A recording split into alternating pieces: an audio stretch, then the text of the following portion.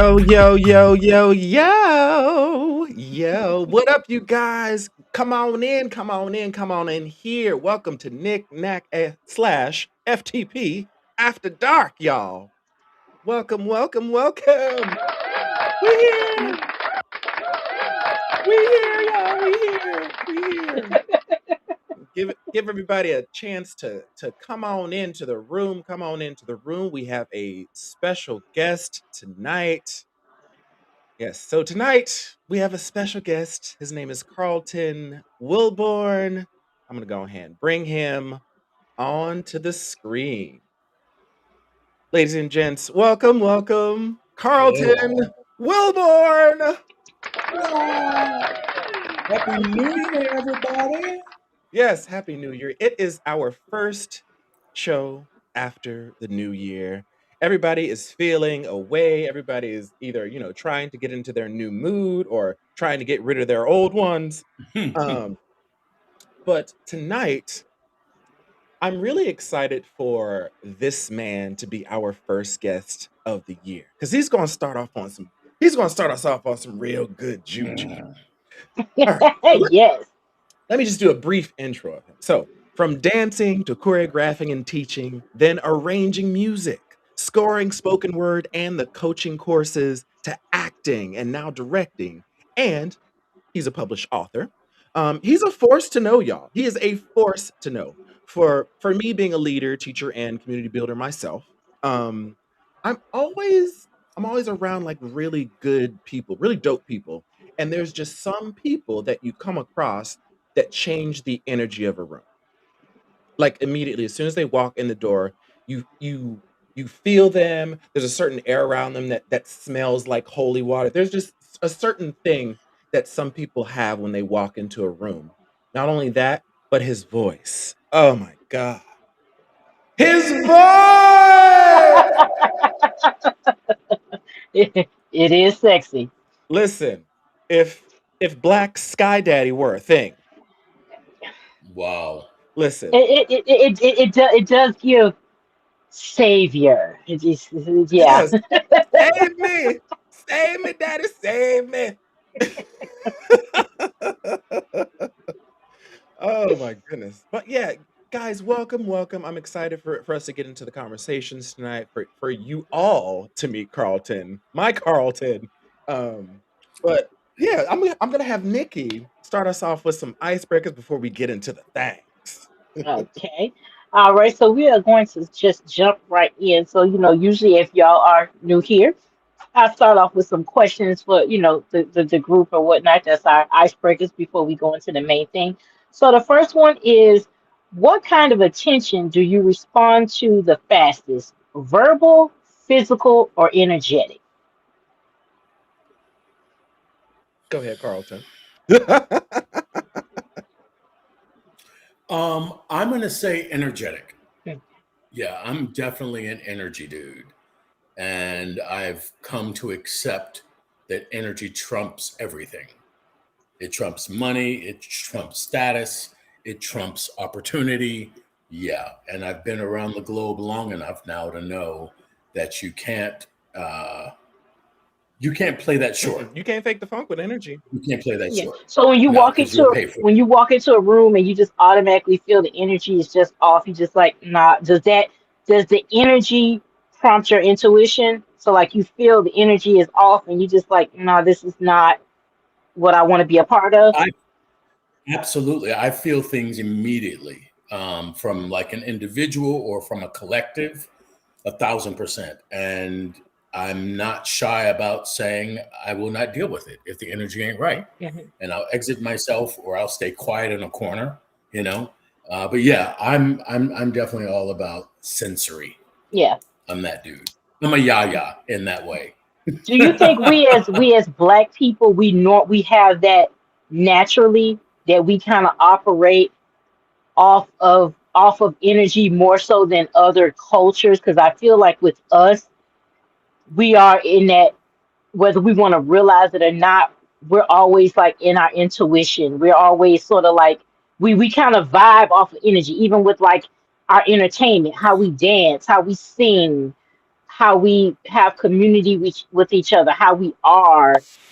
There's an energy there that makes, I think it's the energy that makes other people want it. What we Mm, possess naturally, it makes people want it because we as Black people, we just possess that energy that we, and therefore we can see it in other people or feel it. Well, do I just go there and say we are an anointed tribe? Yeah. Oh, hey, I'm with it. That is, We most that certainly is are. our fact. mhm. Yes. We are anointed with a lot of gifts and a lot of gifts.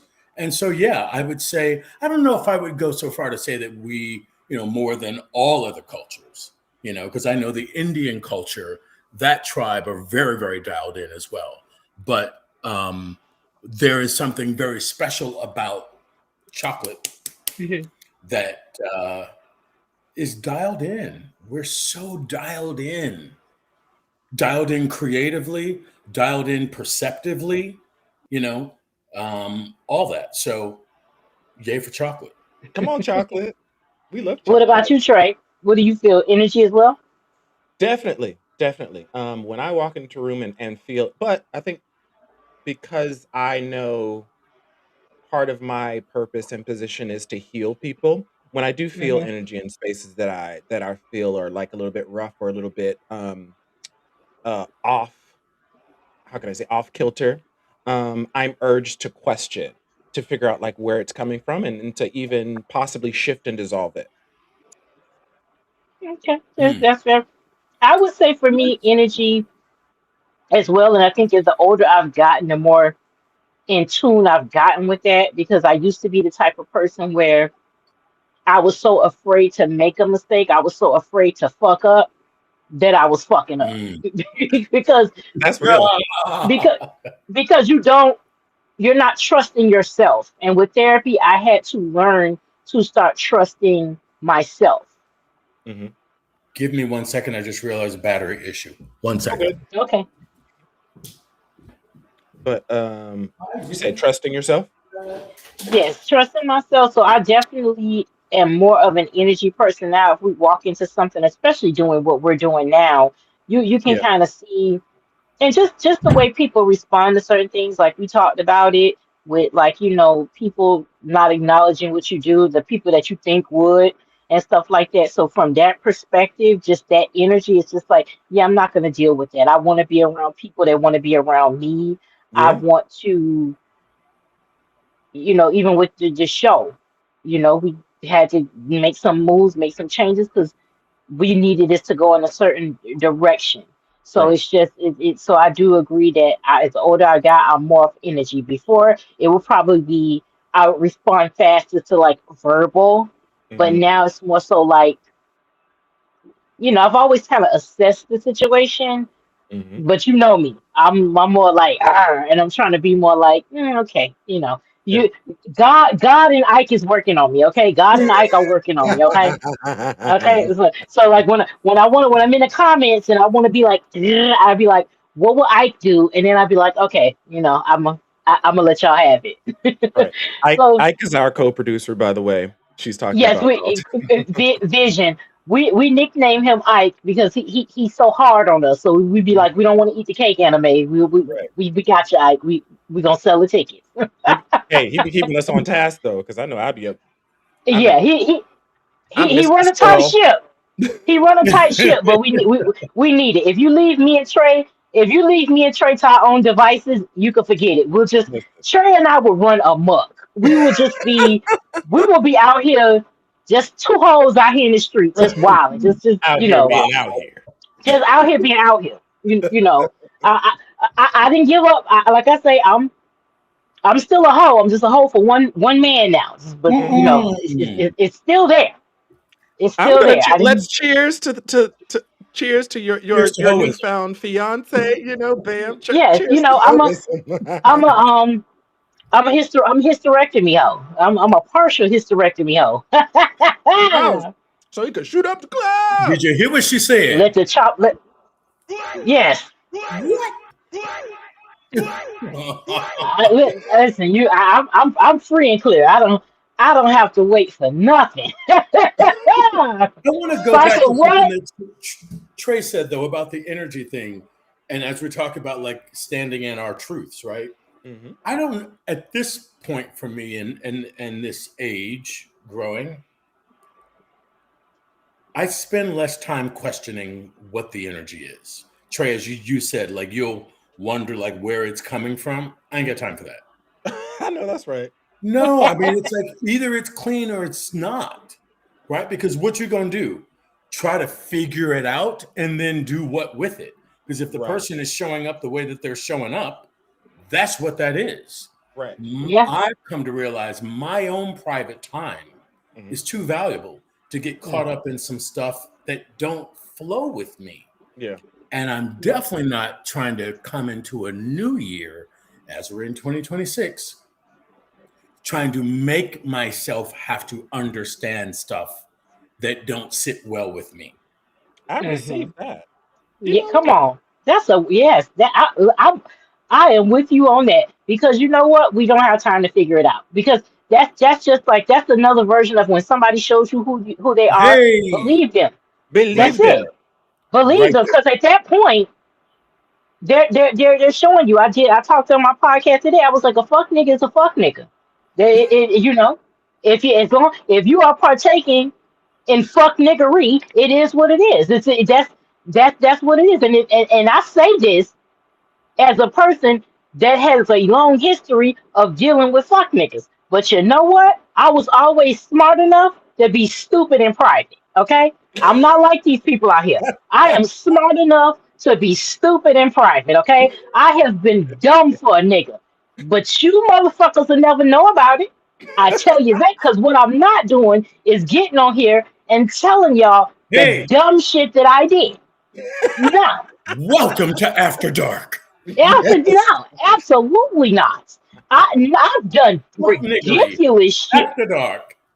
No, but I feel I you, am buddy. not. I'm not. No, so that's people are who they are, and I've suffered greatly. Because one thing I will say this for 2026, one thing I'm personally not doing, I am not using emotional currency to pay debts I no longer owe. Not doing it. Ooh. Not doing Can we just scroll that? Can we just Right. I it. need to put that on a ticker. exactly? I am not using emotional currency to pay debts I no longer owe. And I have spent so much of my life Yeah. doing that. And I have to tell the hubby that, hey, you got to let some shit go. Because one thing, especially going through therapy, what I learned is that some people are going to continue to see the old you. And Mm. at that point, there's nothing I can do about that, especially people that, and I'll use my daughter as an example. I keep it real on here when I wasn't being the best parent that I needed to be, I was like, no, I'm not gonna have my child not talk to me. My one and only, nah, I'm gonna go get help.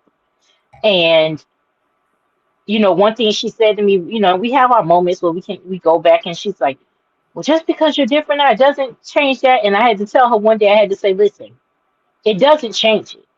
I can't go back in time. I can't change the things I said. I can't change the way I behave. But at Hmm. some point, you are either going to have to see me as who I am now, the person that took responsibility, the person that took accountability, the person that is changing and has changed. Either you're going to have to see me as the new person I am, or you can continue to see me as the old person. But at that point, that is on you. If you want to continue to see me as the person I once was, because I can't keep making up and making up and making up. Because if I'm doing the work and I'm steadily doing the work versus somebody not doing the work, at some point, I can't keep punishing me and I can't let you keep punishing me. Yeah, you're either going to allow me, you're going to see my growth, or you're just going to be miserable hating me for the person I used to be versus loving me for the person I am now. Nikki, what I love about that, it's making me think, as we're, coming into a new year, closing out a year. 25 for me, I'd say 25 in the last couple of years, but for sure last year was a lot of cutting cords. Hmm. And I Hmm. just, like you said, I was doing dumb, stupid shit in the dark, which means I was allowing people to mismanage me, Mm. and Hmm. I was still keeping them around, trying to investigate who they are and how I can be different for them. And so part of me coming into the new year, this being January 2nd, day one, day two, I'm really getting myself comfortable with all the exits that I made last year. And I did. Like, there's a lot of folks that were in my camp, close folks that were in my camp, that I'm really grateful that I started to listen to me and let me matter to such a degree that I'd rather be alone or I'd rather have less. And like New Year's Eve for me was amazing. I think this was one of the first years that I opted to not be with a group of people or somebody or something or something or something. And I got to do it from the space of celebrating who I am.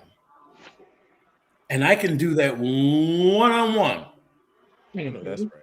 But it means not putting up with that other stuff that never did sit well with me. But Yeah. I was doing a renegotiation always inside myself, trying to make peace, trying to rise above it. And I got to a place and said, fuck all that. No, no, Yeah. I'm not I, exhausting myself. I'm no. not playing myself second fiddle. Hmm. So, yeah. I have. This has been a year. The last few years, but definitely this year. This has been the year of learning to stop pouring from an empty cup. And I Mm. think Woo. we as black people suffer greatly from pouring from an empty cup because we will give, give, give, and then when we need the people we gave to, either they don't have it anymore or we gave them what they needed, so they got what they got, and that's it. And then you're here trying to figure it out. And I have had to learn that it's okay to say no. It's okay to, I'm 45 and I'm ready for I feel like I'm ready to have my life now because Mm. I've sacrificed for a lot of people. And I'm not talking about my daughter, but ever since I was a child, I grew up taking care of everybody else. And I just feel I've come to that point where I'm ready for my life. So I'm excited about this year, moving, being with my husband, and starting that life, that we're starting, basically both of us are like starting new lives, and we're starting them together. Like he's right now he's getting his CDL, so he's doing that. I'm doing these shows, and I'm trying to move in that direction with content creation, and Trey is going to help me with hosting, and trying to do make things happen for myself. I know God has a plan for me, but we Sure. can't just sit idly by. We got to help him. Help me We help got to us. do something. Yeah, I got to help. I got to help black. I got to help nigga Jesus help me. I got to help him. Mhm. We got silk press Jesus and we got nigga Jesus. So I me and nigga Jesus, I got to help him help me. So, Well, listen, I think that's one of the things I feel aware of right now that anchors me in this fight for self is the political climate that we've been inside of, right? I think as African folks, African American folks, we had so many years where we were trying to get ourselves to fit into the white box, Yes. right? Almost at any expense sometimes for some of us. And I think because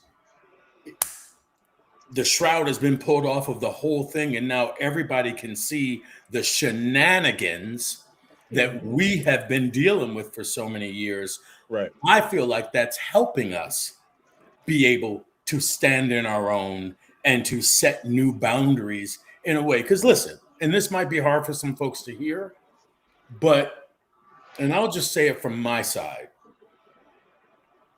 I can't always fault the white folks for what went down because we allowed some of that to be played out. by how we viewed ourselves, by how we stayed silent, Right. by how we, just gave them so many graces and so many graces. And listen, I'm grateful. I love being a chocolate brother. And one of the things that comes with our tribe, we're a gracious tribe. We always have been. Like, that's just what God anointed us with. Right. But we also can't do that to any expense. Yeah. So I think the value of what's happening around the globe right now and with who's running our country is that it's brought us home to ourselves in a certain kind of way. It really has. Making us righteously stand with Yes. voice Right. and opinions in a way that we were quieter about. We didn't want to ruffle. We didn't want to, or at least I'll say I didn't. And I'm no longer interested in that game. And I also know that there's no value long term in that game. So we have to be in the place that you're talking about, Queen Nikki. Yeah. Thank you. I'm the same way. People say how I am because I say the quiet part out loud. I don't sugarcoat it. Man, why are you so angry? And my question is, why aren't you angry? You should be more angry than I am. Mm, But I do agree that sometimes as Black people, we are, and not necessarily me, but well, I guess I can say that just not towards white people, but we are gracious to a fault. We give grace. We give grace in spaces where it is not required, right there. and that is the problem. Yes. We give grace in spaces where it is not required, not even requested, but Right. required, Mhm. especially when it comes to our lives being taken. We as Black people give too much grace to that shit.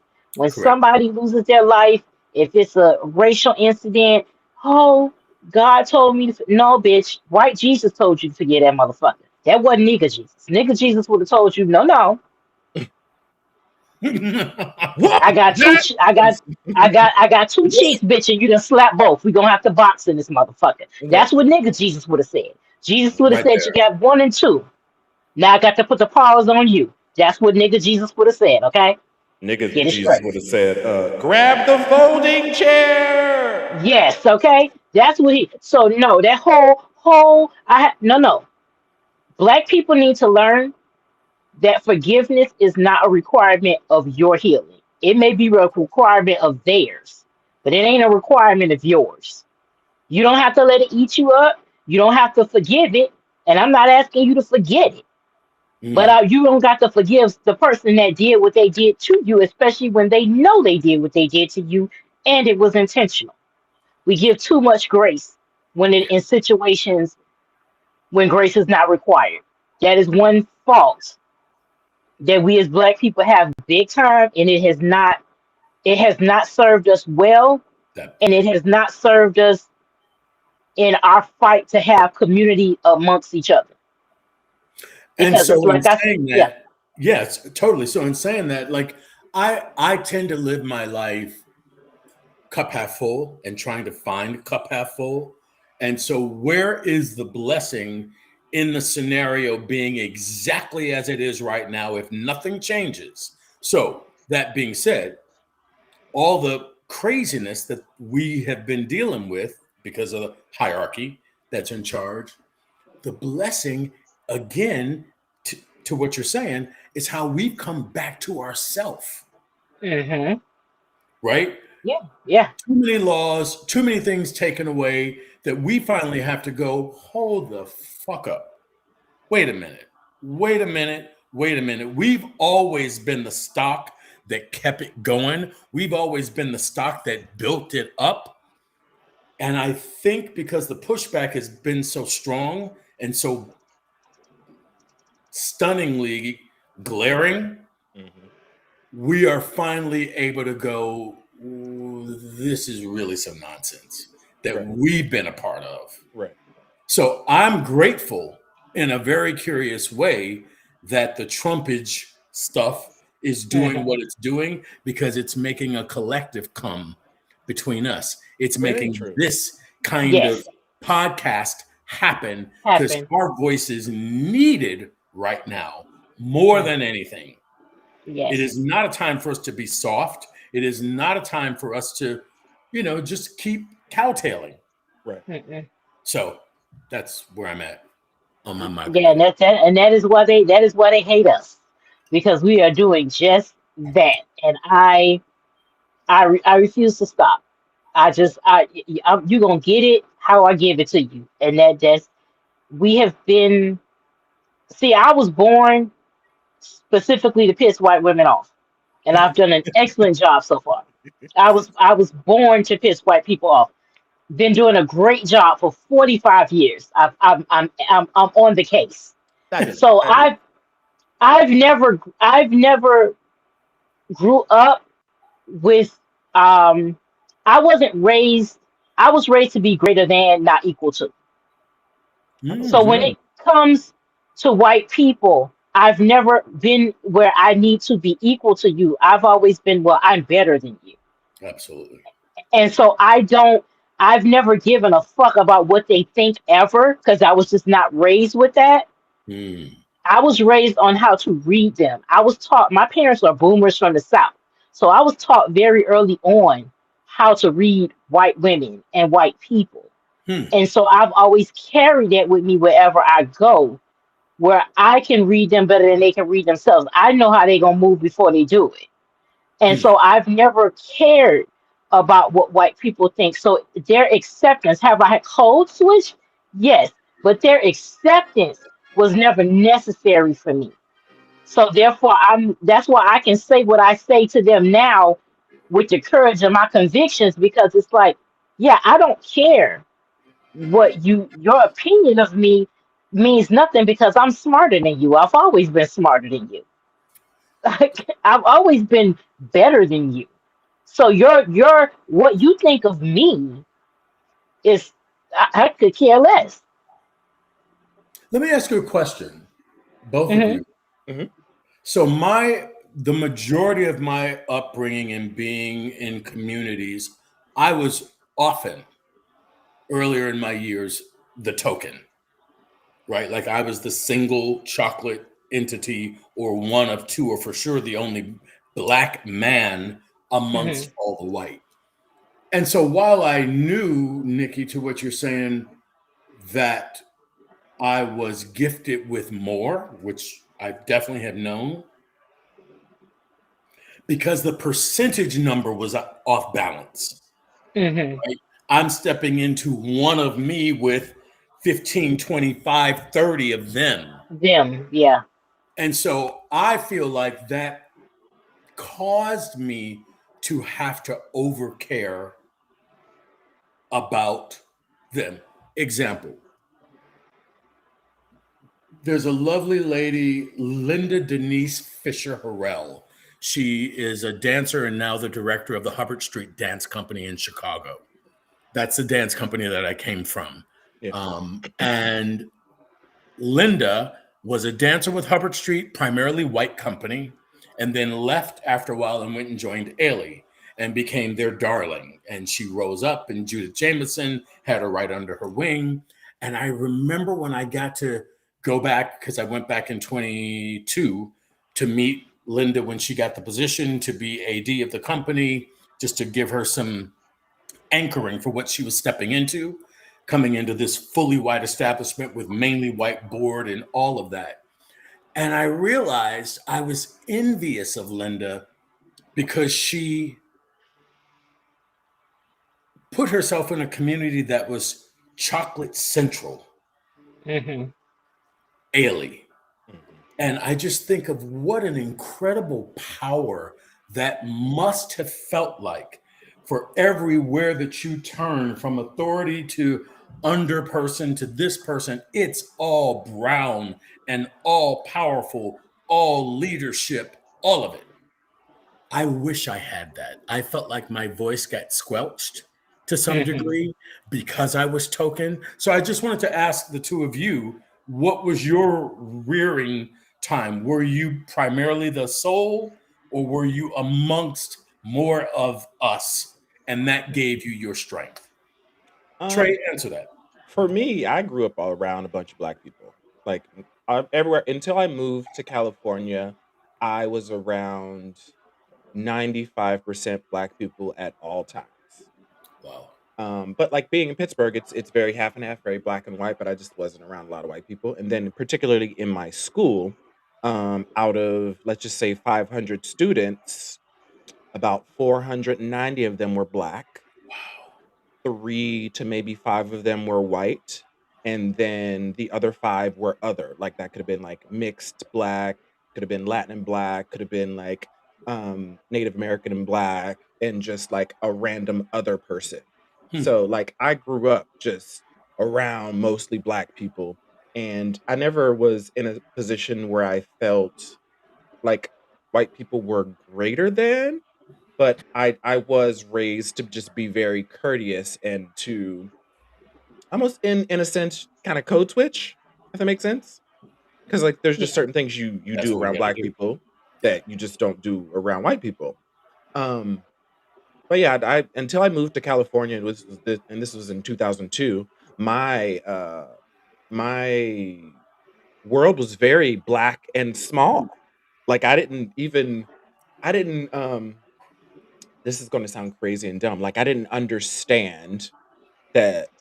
I didn't understand there were huge communities in California of Latinos. Like, I didn't know. Like, I literally just picked up and moved and just showed up here, and suddenly you're just like, "Whoa, this is diverse. There's these people over here with these people. Oh, there's this Mexican family down here throwing fiestas every week. Oh, Hmm. there's corn on the corners. There's oh they selling ice, flavored ice on the. Oh, okay, there's fruit over here. So like it was a culture shock to me coming to California in 2002 when I knew really nothing much besides black and a little bit of white. And even like the Asian people in Pittsburgh, um, the only ones that I knew were working in the nail shops. Hmm. Like I didn't just know like an Asian person. I didn't just know like an Indian person. I didn't know like an Aussie person. Like I didn't know anything but black people Midwest. Wow. And Nikki, how about you? For me, it's ironic because I always grew up around black people, but because the way I was raised, I was always it was almost where I wasn't black enough for the black people because this is the thing. I was raised on jazz, blues, and Richard Pryor records. My parents were born in 1939 and 1949, so they're 10 to 20 years older than my friends' parents. Hmm. So I grew up very differently. I grew up like a miniature adult, and my grandmother threw parties, and she was like, "Listen, there's a world outside of this neighborhood." She was like, "You're black. You black. You know you proud to be black." And we have Jet, we have Ebony, and we have Essence, but we also have Vogue, and W, and Time, and Newsweek. We have Southern Living. We have Architectural Digest. We have Wall Street Journal. We have USA Today. When you think of a magazine, when you go in a grocery store back in the 80s and you would just see all that was my house. Every magazine imaginable was in my house. I would be a child with this huge copy of W magazine and Vogue because my grandmother wanted me to know that when you step, there is a world outside of this neighborhood and you need to be prepared. In any room you walk in, you need to know a little bit about anything. I can walk into somewhere and ask for an A-line dress, or I know certain things, and they'll look at me like, how do you know that? Or she would make me watch Carmen Jones, but Anna DeVere's one woman show. So I would watch, she would make me watch PBS, but not just Sesame Street. Or I love comedy. So I grew up listening to Richard Pryor records. I Oh my grew up god. Richard watching Pryor. Whoopi. Yes, I would watch JoJo Dancer like religiously. Or JoJo. I would, yes, I would watch Whoopi when she was Fontaine. Like that's how far back I can remember sitting there watching that. And so because I know these different things, it's like, oh, you listen to this type of music because I would love Nirvana. I like rock music. I like jazz. I like blues because she played everything. And Hmm. so people was like, oh, well, you like white people stuff and you like this. And I'm like, no, I like stuff that's good. Mm. If it sounds good, it is good. And most of the time, it came from us anyway. So it's Right. not white people stuff. Right. It's our stuff because Right. I grew up listening to this. Like certain movies I will still watch because it's childhood for me. But I remember sitting there watching, and probably nobody knows this movie, but you would probably know it. Tap with Oh yeah, Gregory Hines and yeah. Yes. Sammy Davis. Gregory Hines. I would religiously sit there and watch that movie because I love Gregory Hines and I love seeing them together. And that was the introduction to Savion Glover. And so it's things like that Mm. that my grandmother was very like, when you walk into a room, I want you to be able, she was like, the most tiniest piece of information can lead you to a job. It can lead you to, you never know. So that makes me think of certain things. So it's like, I pay attention to that. I want to be when I'm in certain rooms, I can make, and I think that makes me better when I make certain references and I make certain jokes because people don't expect me to know the things that I know. They look at me and don't think. I never forget, I was at a job this decades ago at a call center and we were talking and I mentioned the model, the supermodel from the 60s, Twiggy. Oh yeah. And I never forget the Hey. look on this man's face. It was sheer like, That you knew it. how how dare you know Yeah. the person who is sort of like the gave birth to the mod era, how Absolutely. dare a nigga know these things? It's this sorcery, and Right. it's just like, and I've gotten that a lot. I get that where it's like, wait, you know about that, or you like that, and it's like, well, why wouldn't I like it? Is it because I'm black I'm not supposed to like it? Right. Because it's like, and that's the thing, and that's why I love art and entertainment because I was never censored in that way. I was sheltered from street life, but I was never sheltered from art and entertainment. And I'm Hmm. sort of glad because I was the fat kid and I was just, in the house. But that served me well because I got to have a love of comedy and film and these different and writing and understanding the jokes, and it all shapes how I am and how I approach the things that I say and the way my brain works. So that's how I grew up, where it was around a lot of black people, but because I always dared to think outside of where I was, that always made me different. That was always like, because people would say, "Where you from?" And I'm like, "I'm from the city." No, really, where are you from? Like, I'm from the city. And they was like, "Well, where your people from?" I say Alabama and Mississippi. They say, "Okay." So then I make sense because I'm the country girl. Hmm. I'm born and bred in the city, but I'm raised in the country. But the And so soul. that's when you, Yeah. yes, isn't so when people think, you don't think of me as Miami because of I was raised Alabama and Mississippi. So it's just that kind of shaped how I saw people too. And I grew up in a predominantly black and then Latino because I'm literally in the heart of my Cuba, Miami, Cuba version of Cuba. And Interesting. being raised I around, know for me, like, let yeah, me ask you. Sorry, go ahead. Go ahead. no, no, I'm done. I'm done. Go ahead.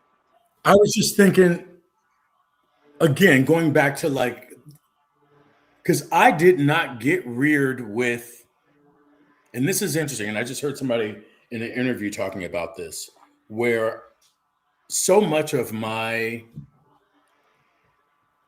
being who I am was self designed. I didn't grow up in a family where, I mean, it's very interesting to hear you say, and I never thought about this until what you just shared. My black parents gave no conversation to us about blackness ever. Mm. Never heard it. Never heard how we should stand for ourselves. Never heard how we're different. Never heard how we're advanced. Never heard. I didn't ever get that. And I'm bringing this up because where I used to have resentment that I didn't get more guidance. I never was raised that this is how you should make Mhm. sure you something. It was really kind of buck wild. and you Yeah. just have to figure it out on your own. And I remember, so I look at myself and I've made choices over my life. I'm 61 years old. I've gone through all different journeys, some of which I was resentful about, thinking, damn it, I wish my parents had given me more education on how to do this, that, and the other. But then I realized the benefit of them not was that I didn't have to, like a lot of friends of mine now that are in the process of finding themselves or standing in their truth, had to first excavate a bunch of shit Oh that they yeah. were From told their and they were parents taught don't. and the community gave them and they thought that they should believe. I had none of that. So the gift I realized now was that I was pretty much given a blank canvas. Mm. Yes. No Yeah. rules, no should, no nothing. Here's life. Go figure it out. And while in some ways it's been taxing because I felt like I've been moving the muscle, moving the thing up the mountain all on my own, finding my way on my own. Yeah. It's also been the blessing because I get to decide. Yes. I get to decide. And I just love that I'm less obstructed with stuff to figure out what I want to be about and who I want to stand for and why I want to stand for it. I don't have to go through a shoveling out of other things. So I just Yeah. wondered for both of you, it sounds like you had a lot of support for how you should be, how you should think, how you should stand for what you stand for. Am I correct in that? For me, yes. So, me being an artsy person, my family didn't always know how to support it.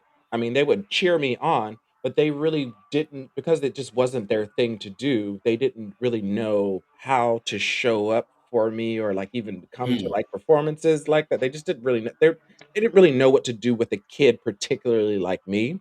Hmm. Um, so a lot of the things that I did do on my own, but when it comes to, like, support and having, like, a backing, my family was very much that, like, Hmm. I know a lot of people that, have families that they can't depend on for a nickel, and they just they can't lean on for anything. However, my family has always been the opposite. I never felt like anything that I could do would put me in a position where my family would, like, be like, "Okay, you got this on your own." Hmm. Um, so in some ways that has kept me comfortable and not worrying about going out into the world and just trying some shit. Um, but it also in some ways I feel like early in my life kind of made me lazy because I was just like, well, if Oh, this doesn't work interesting. out, it's fine. And I didn't push all the way through things because I knew I had them to fall back on. Um, Hmm. but yeah, it's different for me because I was kind of like a black sheep and someone who wanted to do all the random things that they didn't know how to do. Right. So it was very interesting for me growing up because I was the one that would be going to like dance practice and doing all these other things that the other little boys just really didn't want to do. I was just Hmm. very artsy and I just did a bunch of shit. Even like as a kid, I grew up with parents. It like my house was so pleasant and peaceful. It's very much like the Cosby Show. I had both my parents. We had pretty much everything we needed, most of what we wanted. Um, and a lot of my friends kind of looked at me as like a spoiled kid because I was always dressed nice. I was always bathed. I had nice things going on, but I wasn't necessarily like a kid that liked the same things as other people. Like I would be the kid in the store saying, "Oh, I want this particular game and I like this pair of shoes. I'm good. I don't need anything else. I'm good." Whereas other people in my position might have been like, "Oh yeah, get me this, get me that. I want it all." I was more so like, "Okay, this I like. Oh no, everybody has that. So let me just get this one." I always wanted to be a little bit different.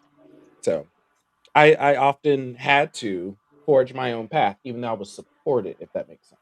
Right. Yeah. And Nikki, how about you? Um, for me, my relationship with, I would say I grew up happy, dysfunctional. So the I'll say my grandmother in particular, the things that people love about me, the best things about me are because of her. But the things I hated about myself and caused a lot of issues were also because of her.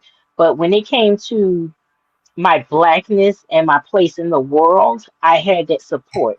It was very eerie because it was almost as though from the beginning of my life, my mother was preparing me for her death. When you think back, Mm. because she was always like, I by the time I was like 9 or 10, I could pay my dad's bills and balance the checkbook. I knew how to do those things, and I was always I wasn't a typical kid. I had dolls and things like that, but just the way that I thought, my creativity, the way my mind worked, I wasn't wired like a typical child. And I was very different, but I was always taught. My grandmother, she taught me, she was like, even in school, the teachers still have to respect you. It's not an authority. It's like, yes, they're an authority, but Mm. they don't get to disrespect you because they're an authority. If they speak to you a certain way, you know what to do. And that is how I carry that. If a teacher got out of pocket with me, I could get right out of pocket with you. There's been times when, my parents have had to come, but it was like they know if I say something, because you're not going to run over me. That was always, my grandmother was very like, you ask questions. You don't sit in a classroom and just because a teacher tells you that this is what that is, Right if there. it doesn't sound good to you, if that doesn't sound right, you need to ask that question. You don't just blindly take what someone is telling you at face value. So that Yes. was always ingrained in me that that's not it. My mother was very like, you have to have proper diction. I want you to be able to get an office job if you ever have to, or I want you. So what I do is when I'm in corporate situations, the thing I know about white people is that they want to read you. And I Mm. don't give them anything because they need to know who you are to decipher what type of black you are. And I'm not going to give them that. And I've realized that. So what I do is when I speak to them in corporate talk, especially in an email, I can be very simple and plain, but I intentionally use their words and their language because I want them to know that I speak your language. I am fluent in white. You can never speak my language. You can't fully understand me, but I can always understand you. And what that does is that puts them in the position to where they can't talk about me. They have to always talk to me. Mm. Because when they think we don't understand them, they talk their little talk thinking that we don't understand. And Yes. so they can get away. But when I let you know up front that I talk just like you, Becky, now Mm-hmm. you can't say You anything can't play about me. me. You can't play me. You have to talk directly to me. And that shakes the table with them because they're like, wait a minute, she's not a stupid one. And that immediately puts me on the same keel as them, and they don't like that. And I Yes. don't go into it with, you are my superior. Yes, I understand that, but you are not going to speak to me any kind of way. I don't care if you own this place. You Hmm. talk to me like you got some sense, or you don't talk to me at all. Those are the two options you have. Period. I don't care who you are. Really? I will treat my immediate manager that way. I will treat the CEO that way. I don't care who you are. You will not talk to me crazy. That I've part. always been raised that way. That's how I was raised. Nobody talks to you crazy. So I never allowed that. See, that's interesting because I feel like we're like a brother and sister from other folks because I definitely come from that. Hmm. But as you're saying that, like I'm thinking, where the fuck did I get that from? Because again, I didn't get guided to it. I think maybe for me, because both my mom and dad were both alphas. Johnny Hmm. May's mom, you couldn't fucking play her. I've always said she was a non-personality Whitney Houston in that she could poise and bevel, and she had all the things and the things, but at the core, she was a ghetto bitch that would break it down. And that's who Johnny May was.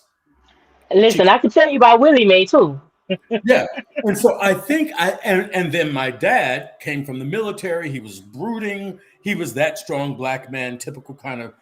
So I think I learned my pushback just from the dynamic that they had internally Hmm. in the house. Yes. Neither one of them let the other do some shit to them without having voice to it. Hmm. And that's what I took out into the world. So as you were saying that, it makes me think when I was with Hubbard Street Dance Company, I joined the company when I was 17 years old. We were gearing up for our first performance, which was going to take me out of the country um, to Paris, George Pompidou Center, my very first gig. But so we're in Chicago. We had like a Friday that we had to come in with our passports. I don't know where my brain was. I lived on the South Side, about an hour and 20 minutes from the dance studio. I get to the dance studio. We have to submit our passports. I forgot and left mine at home.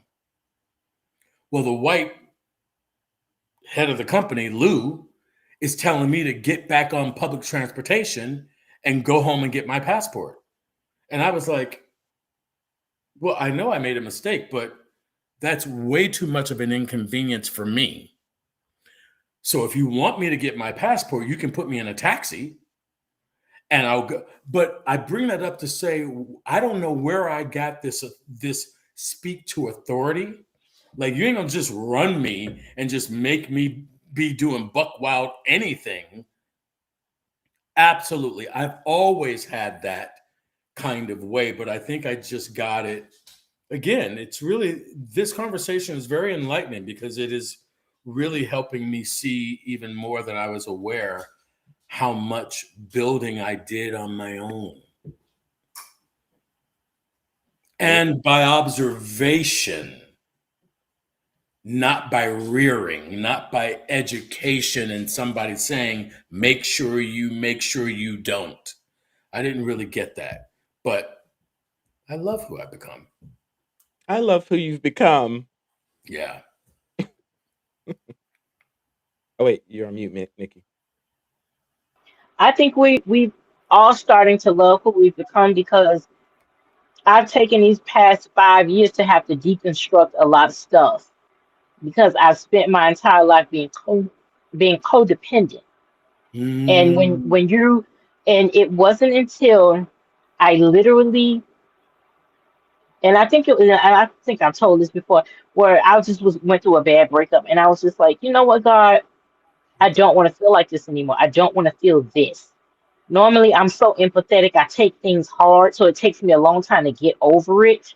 Yeah. Because I've never been that person where you know how you meet them people that they could just break up. I'm done, like, and you're checked out.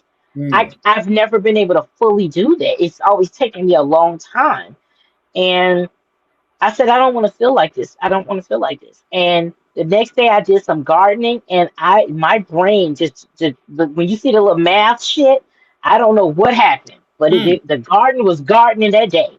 And I saw everything and just things like that. And just in that moment, he just released me of all of it. And it wasn't just that relationship, but I'm talking about every person that has ever hurt me, ever let me down, ever did any. It just it left my body. I didn't worry about it anymore.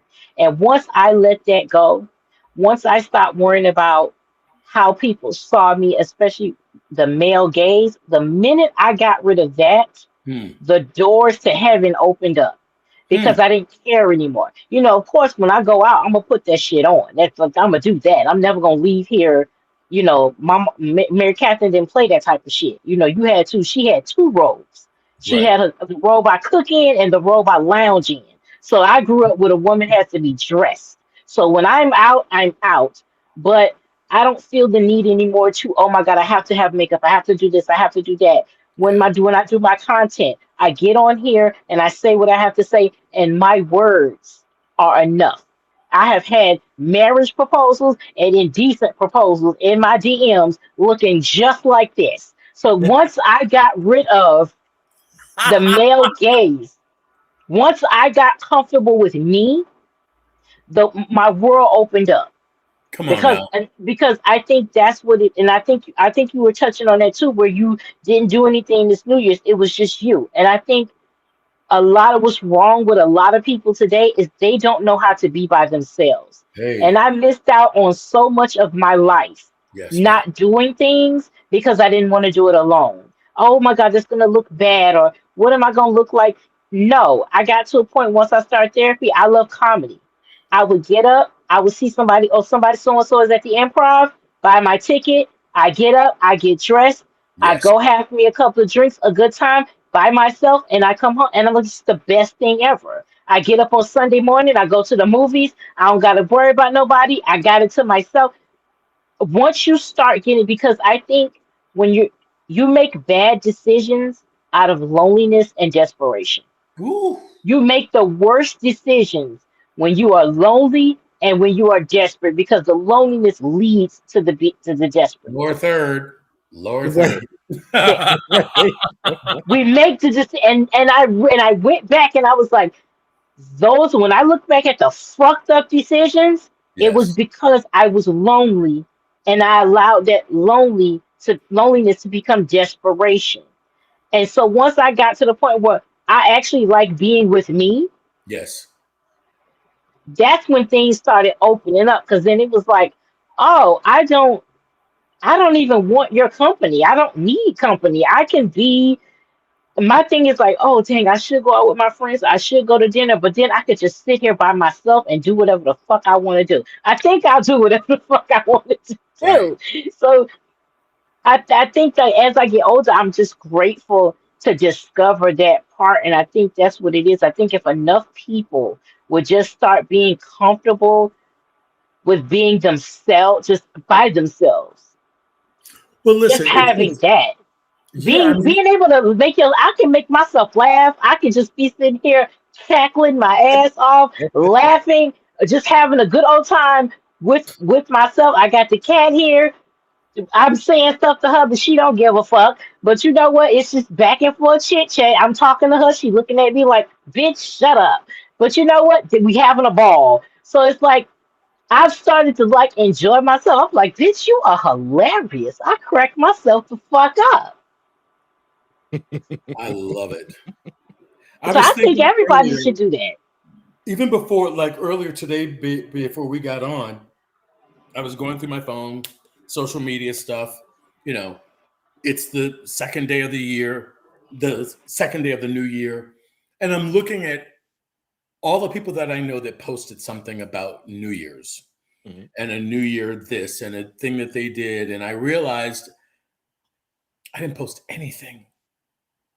I made no presence of myself.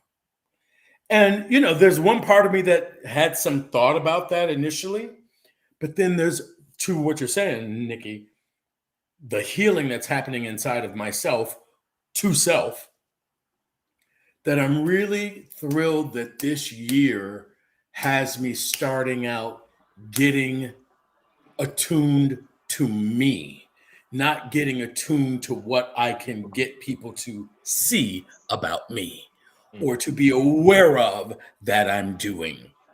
That shit's gonna land. Like if I do something, it's gonna land. I ain't gotta force that, but having a new version of self-honor, that's what I feel like the game for me in 2026 is about. It's rightful self-honor. Ooh, that lands with me. That lands and tracks. Mhm. Cause Yeah. baby, the realization of taking time to honor yourself is very present in this Hmm. moment, especially like with this current, administration and everything just being so blatant and out loud now.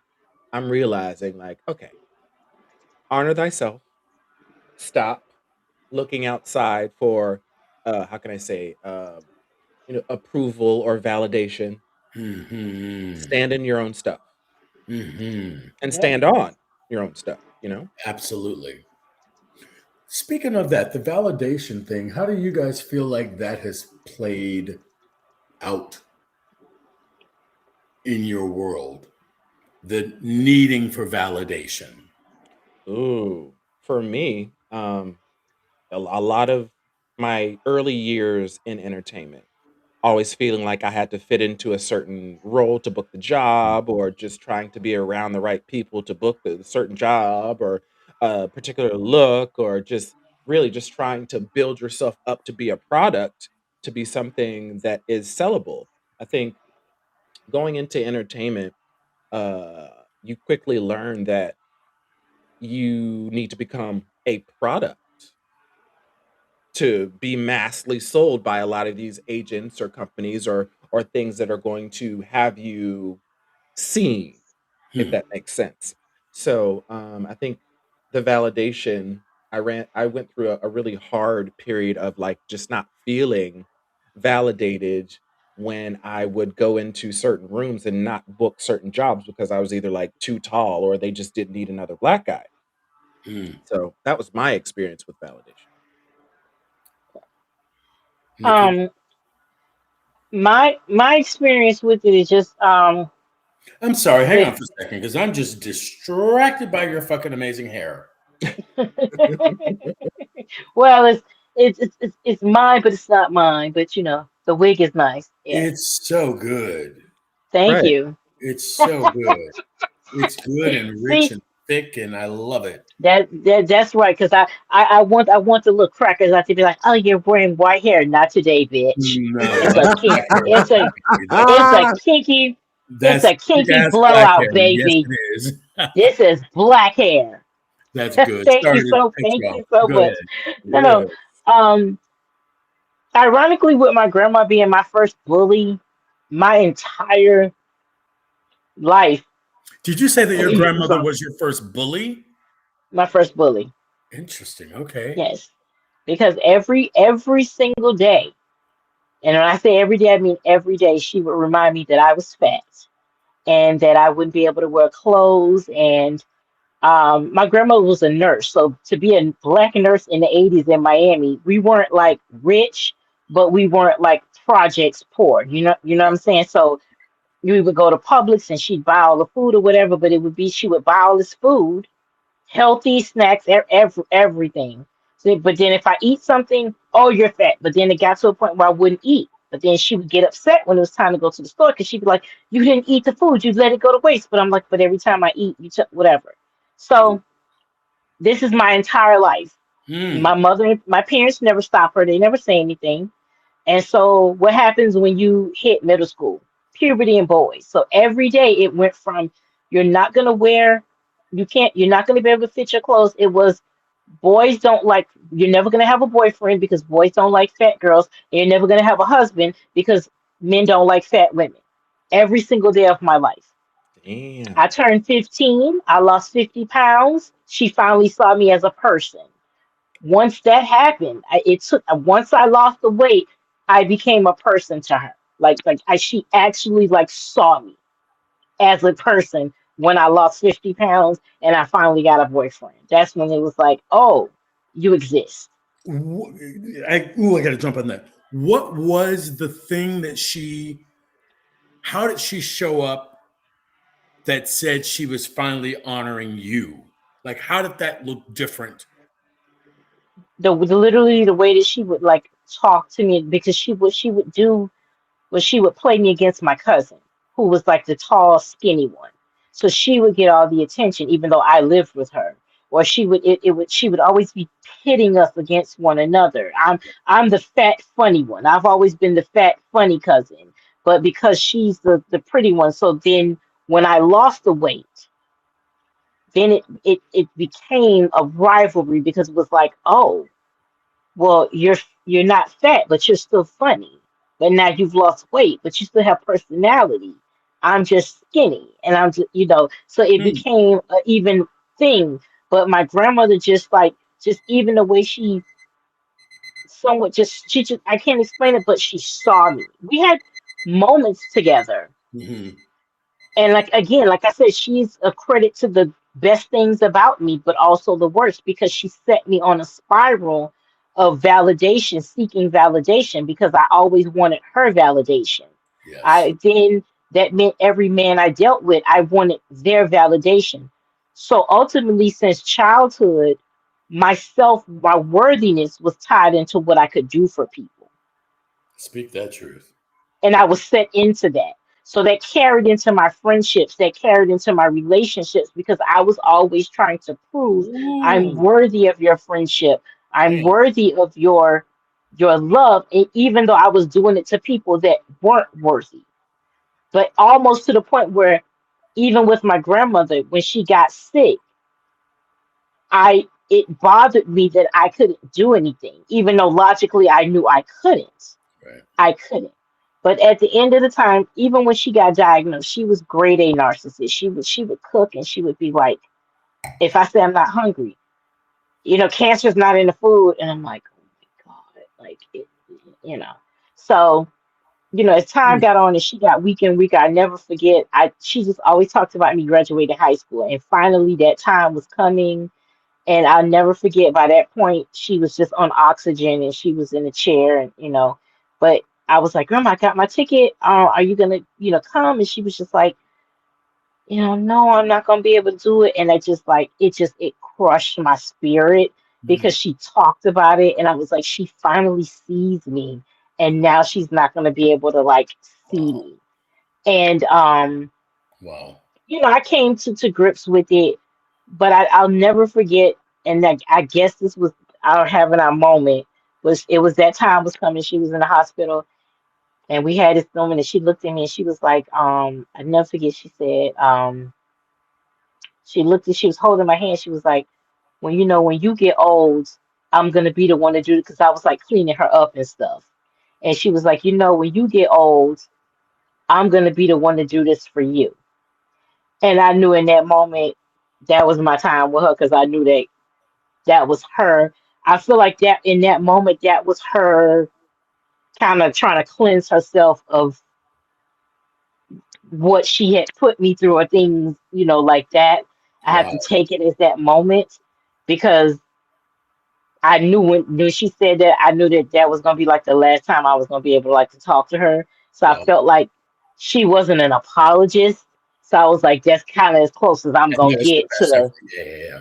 Yeah. to that. So I kind of like lock in on that where I've come full circle with her. But once you release yourself of the codependency or tying your word to what you can do to people, your life opens up.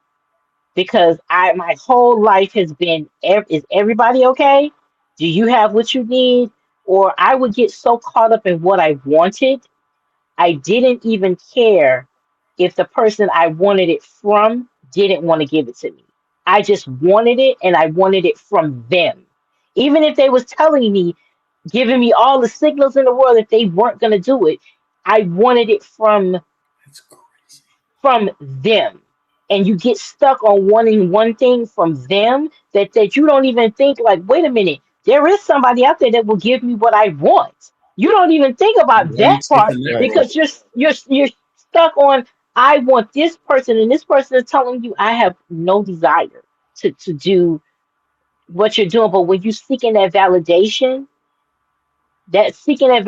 can also lead to the desperation 1,000. because you're constantly seeking this person's approval, even if it's a person that you shouldn't even be requesting their. When I think back Come on now. when I think on the ghost of Dick Past, I be like, what the fuck?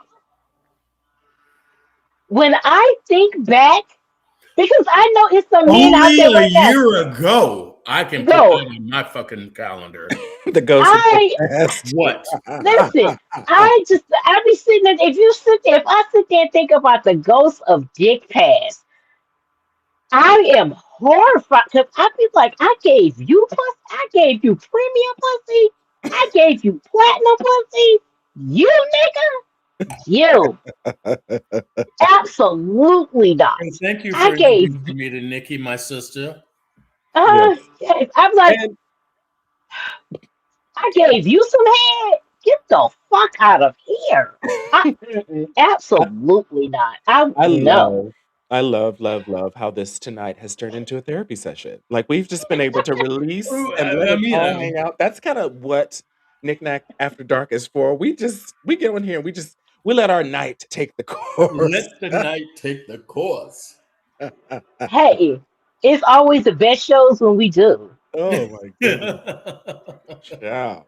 Oh, we're gonna take a quick little commercial break, and then we're gonna come back with some questions for Carlton. Okay. Check, check, check, check, check, check, check, check, check, check, check, check, check. Is this thing on? Big. So we made it to the end of 2025, and I'm gonna say the quiet part out loud. That pretty much sums up the year. A lot of loss, or restructuring, if you will. I'm grateful to somehow be walking out of this old year and into a new one with my mental and physical health intact. A lot of death, a lot of loss, a lot of mess, a lot of realizing some people and even systems just ain't But it has made me look at where and how I was spending my time and money. And even racism, like never ever before. Not that it's ramped up, but it's just more visible due to almost everyone now having a cell phone, social media, and this raggedy administration and a lot of people seeking truth. Which brings me to my next point. Sky Daddy. Lord. God! Your people need you. Some of us feel like you just left us out here to dry up and wither away. And that's just this year. Imagine how God's people felt when their family member got lynched and murdered with no random bystanders recording via cell phone or police body cam footage. Or better yet, what was it like for those who went through, endured, and didn't survive slavery? Just a question. I'm gonna leave that in 2025, hoping 2026 Sky Daddy comes through with answers. Bye! But wait, before I go. Remember to check in on your strong friends. Remember to check in on your strong friends. We're tired. Yeah, we're tired. Okay, bye. Happy New Year.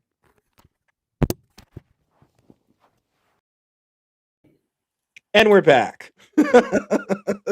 Love to check in on your strong friends. Yes, check in on your strong friends, because people And be Sky tired. Daddy. Speak on that for me, because I saw that and I found myself delightfully impressed that you were talking about God, Trey. Because I don't know you from that space. Mhm. Specifically speaking about Sky Daddy. Yes. Can you, like, is that a new Elaborate. thing for you, or like? Well, no, it's not. So I grew up in the church. Like literally, my first love was singing and singing in the church, which is how I originally started getting into entertainment. But when it comes to my religion, I was Christian Baptist, and as a kid, I was forced to go up Hmm. until about maybe like 12 or 14. And then I stopped going to the church with my family, and my mom just kind of allowed me to make my own decisions. And I chose to join another church. I was just like, okay, well, maybe I again I need to separate from what my family was just telling me. I just need to go on this journey by myself and see what feels right. So along on my journey, I've went to many different kinds of churches and found myself um, growing and feeling at home and uh, as almost a part of the congregation for like the first month or two, and then I would hit like a wall, and it would just kind of be like, okay, what's happening here? And then like my eyes would start opening, and I'd just be paying attention to what people are doing, and like what the pastor is saying, and like who he's signaling, and like there was just my spider senses just started like, I'm like, wait, is this hmm this is this is kind of a control mechanism here. Hmm. A lot of us in here are being kept into poverty. Like a lot of us, like Hmm. there's been church where I went to where they made you donate a certain amount. I was like, what in the world? Oh, this is a business. Oh, okay. So I need to find God on my own. And then along my journey, I realized a lot of the stories that we were told are literally just stories to make you believe a certain narrative and even keep again just keep you in a certain mindset of like you have to do it this way, you have to sit, stand, kneel, you have to do this, like even when in different religions, like even like Catholicism, like where there's like the sit, stand, kneel, and there's like a certain way to do certain things. A lot of those were methods of control Mhm. versus you getting to a point where you understand that God isn't a mystical figure that just floats up in the sky. God is the universe and the energy that moves everything. God is in everything. So when I was able to like scale back and get out of like a mass, a ma- I call church a mass feeding of Yes. that kind of information. When I was able to step back from that, um, my perspective just kind of changed. Hmm. And yeah, I love it. I love it. I love yeah, you talking about Sky Daddy. yeah. Because Yeah. Sky Daddy! Daddy. All right. So, are there questions? Yes. So, I wanted, but only because I know Carlton. He's a close friend of mine, but there's a lot of things that people don't know about you. Like, Oh let's shit. dive into Oh your life. damn. Yes, baby. Let's dive into your life as an entertainer. Go ahead. And I heard you speak about like Ailey. And I think you were you given a scholarship to Ailey and then you didn't attend, or like what happened? Good memory. Absolutely. So I'm from Chicago. I started dancing there. Um, Very first studio that I took class at was Joe Hall, Mhm. African American, had his own company in Chicago.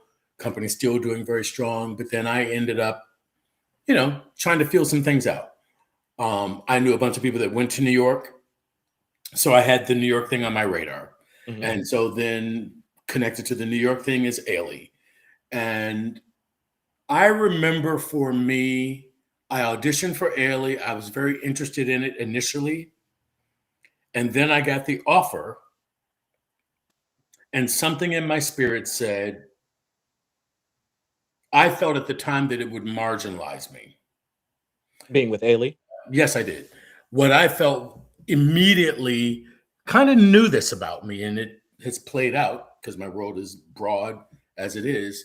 I knew that I wanted to be perceived as somebody that was much more universal. Yeah. I've never been comfortable being pegged to one um, title or community, or I'm not just black. I'm not just interested in guys. I'm not just anything. I'm a lot of things. And Mhm. I felt like if I went to Ailey and only, maybe I might adjust some of those now, but my thought then was, I thought if I locked myself into a primarily black organization, I thought for me, it wouldn't allow me to have access as broad as I thought God wanted me to go. That makes And sense. I needed something that was broader than that. So I said no to Ailey, and then I auditioned for Hubbard, and that's where I landed, and the rest is history. And that was an epic choice for me. But when I really look at my life, it's amazing to me and I'm sure that both of you can relate to this, and the folks that are tuning into this, the strategy, the Sky Daddy strategy that was from Jump Street set up for me. The fact that I was supposed to go to Florida at 14 and be sexually abused, which actually was happening for years before that, but I finally got away from it. All of that played into exactly what was needed for me to end up geographically where I was so that choices could be made, so certain new people could show up and be a stand for me and amplify me to become what I ultimately became. So yeah, I mean, I made that choice with Ailey. It was the right choice for me. Um, Y'all, he turned down a scholarship with Alvin Ailey. That is insane! yeah. Insane! Like, do you know how many people? I mean, now, even to this day, you know how many people would fight to be a part of that kind of just air, education, Well, like I said, reality I for mean, now when I yeah, talk to Linda, who ended up there and did magnificent things with them, there's a side of me that, does wonder. I yeah. do wonder, Like, what life had been like if what you would had made I that be made that like had I done that? You yeah, know, even before I committed to going after an entertainment career, yeah, which I actually committed to at like 14. yeah. Like, this is like the amazing thing that I also am aware about me. God really anointed my soul very early in my life Mhm. to know what the fuck I wanted to do. Yes. I was 14 when I decided I want to do this career. I want to dance with that company, da da da. And so the orchestration, the divine orchestration. This is so, Nikki, us talking about like how we're coming into this new year and self honor. What's helping me be with that is realizing from the earliest time how well I was cared for by God, Yeah. meaning that He thought so much about me that He put this puzzle together and this puzzle so that this piece could come and this piece could come and that, and then you could introduce and your mom could get introduced and a conversation could be had, which ultimately made the Carlton Wilborn that the world knows now. Mhm. Yes. That is amazing to me. And that settles me coming into 2026, cutting some of the cords that I did in 23, 4, and 5 Mhm. to the degree that I did because I really started to see how much I matter. Yes. Yes. Tagging into that, speaking of coming, Sorry, I'm um, talking too much. Questions. Go. yes, Damn speaking it. of coming, um, and, standing on yourself and validating yourself and, just being with yourself. Think about you had to beat a million other little sperm just to get here. Yeah.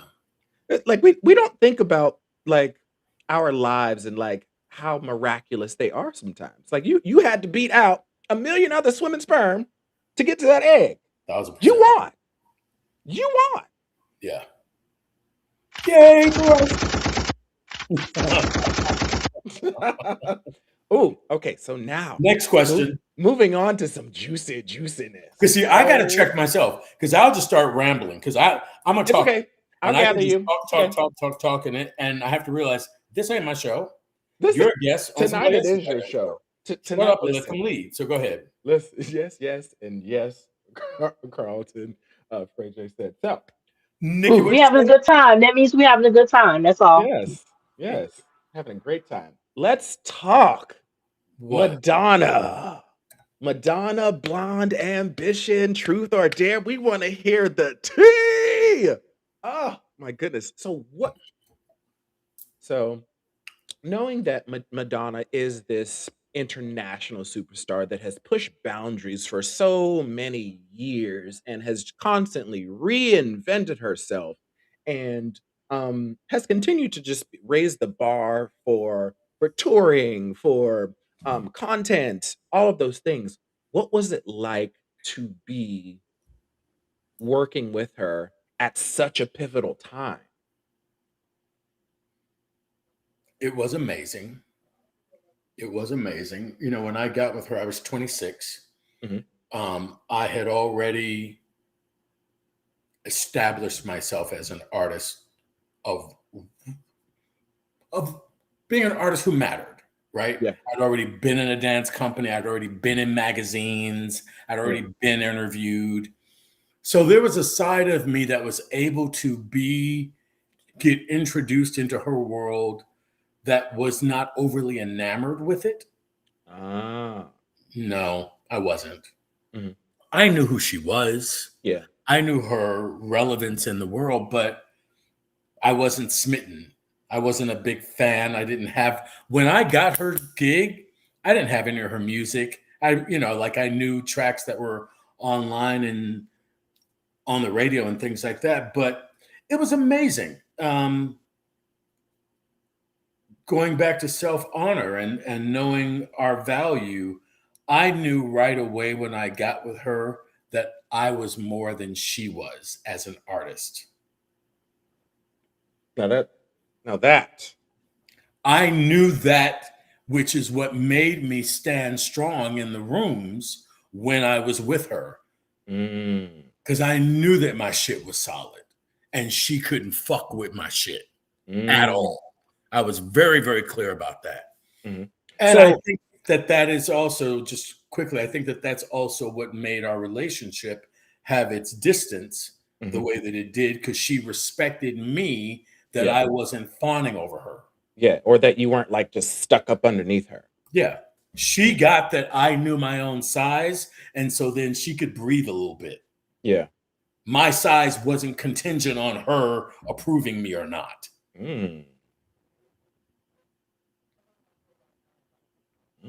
My size was not contingent on her approving me or not. That's what helped her be comfortable having me next to her. Yeah. So I had a lot of fun with it.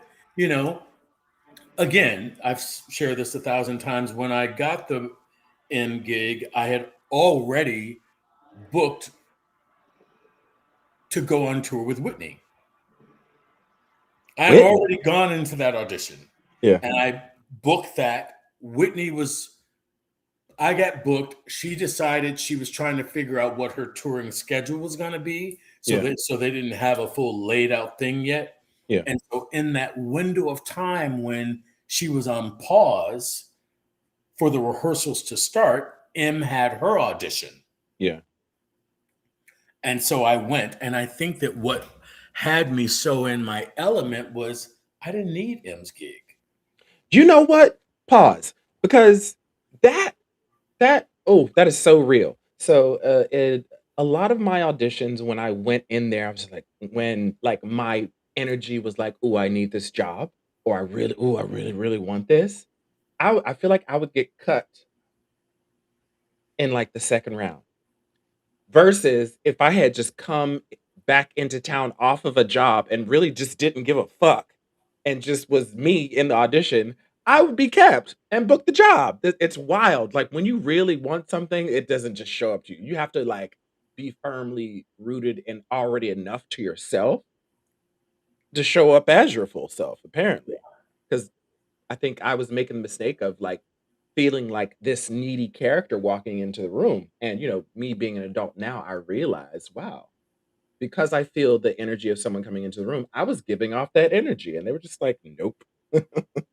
It's interesting for me because when, our audition happened at Alley Cat, which was a studio here in Hollywood, California, off of Sunset Boulevard on Gordon. I remember Alley Cat. And I remember really thinking, because again, I already had the Whitney in my pocket, I kind of went just to see who this thing was called Madonna. Yeah. That I'd heard about on the radio. And I wanted her to see me. Meaning I knew that I was special enough at the time already. Mm-hmm. I just wanted her to get a little impact of me. That's really where I felt like I went to the audition from. It wasn't like I was in the audition. I'm frozen. It wasn't like I was in the audition as needing to have the audition. I was in the audition to meet this woman, to get this woman to meet me. And, people... You're still frozen. I'm still frozen. It's such an interesting photo, too. Let me see if I can... That look is just amazing for me. Hold on. Let me see.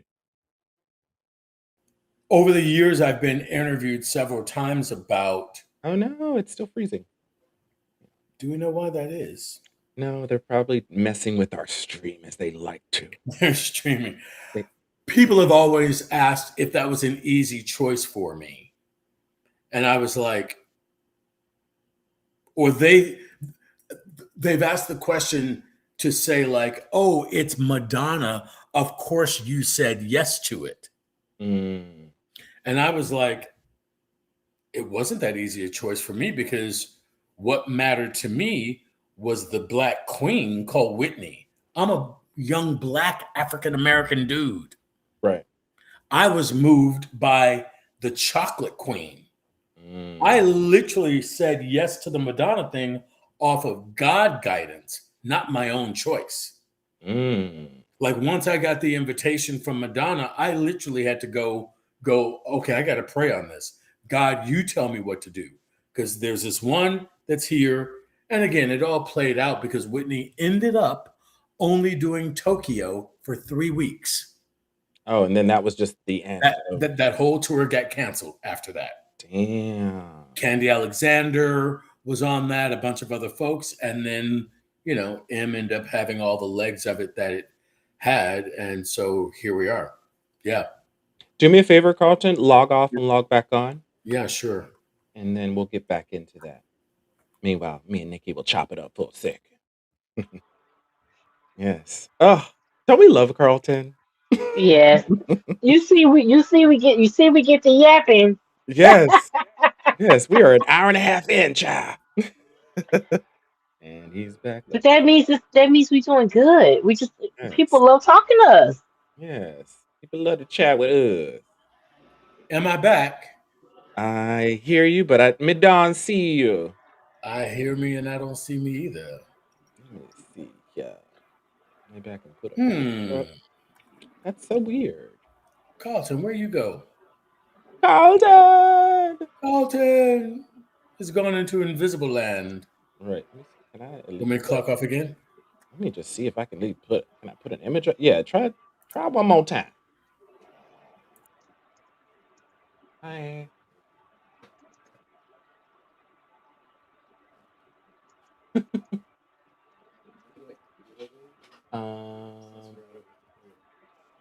There's another one down underneath.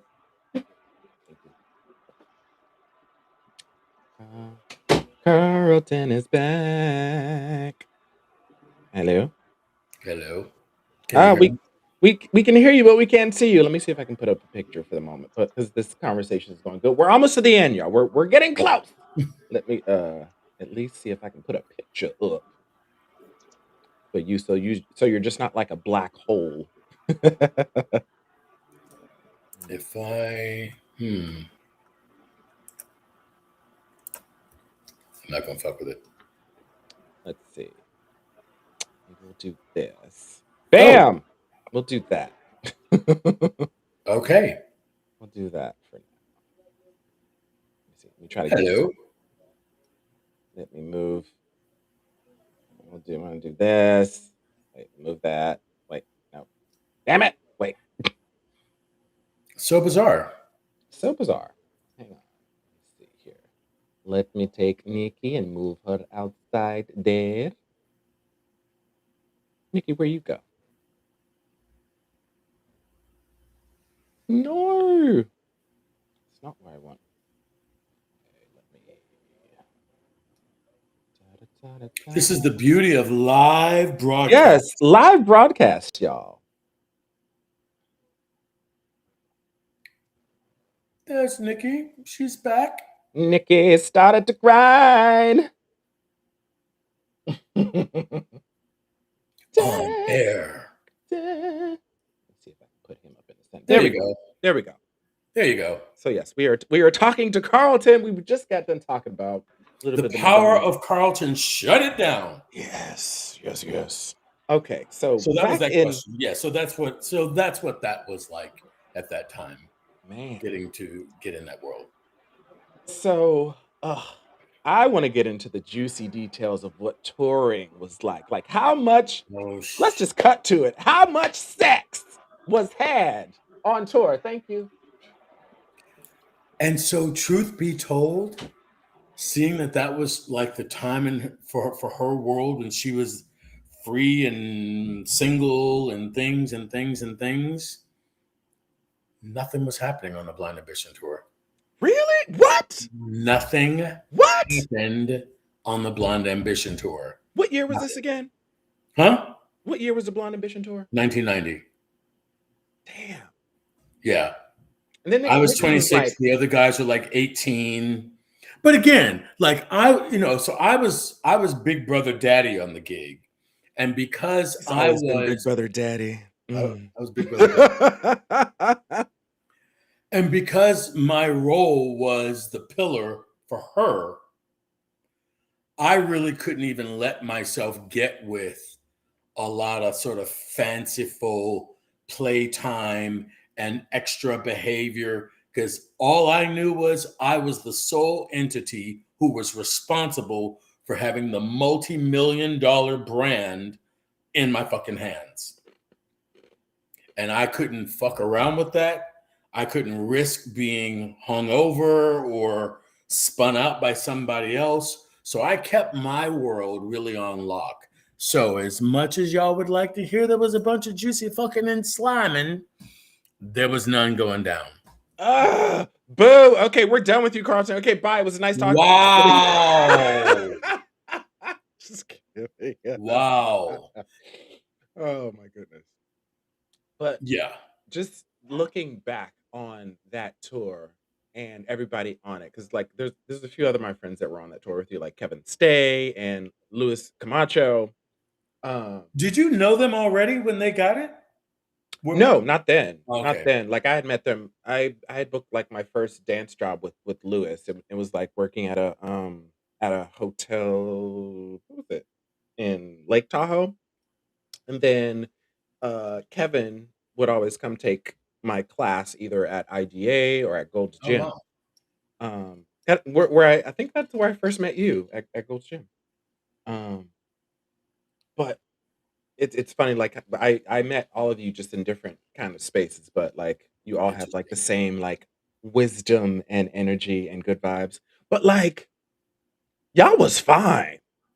Like touring with all these fine dance and nothing was happening. I beg to differ. Like I don't what? even remember. Listen, I don't even remember there being any like side conversations with anybody about wanting to do some shit.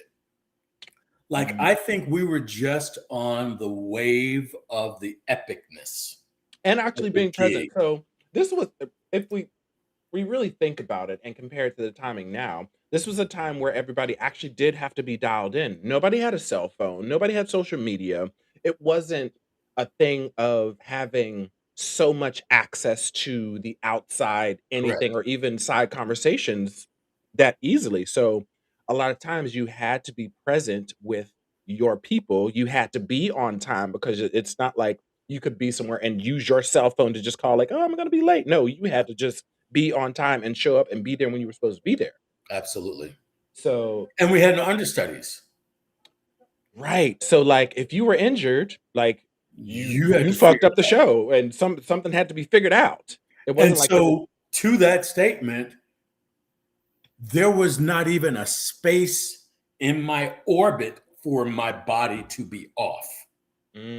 yeah. Like, you don't even let the possibility of that come in anywhere. You Mhm. had to stay on your P's and Q's Yeah. and do what you had to do. So, Right. yeah.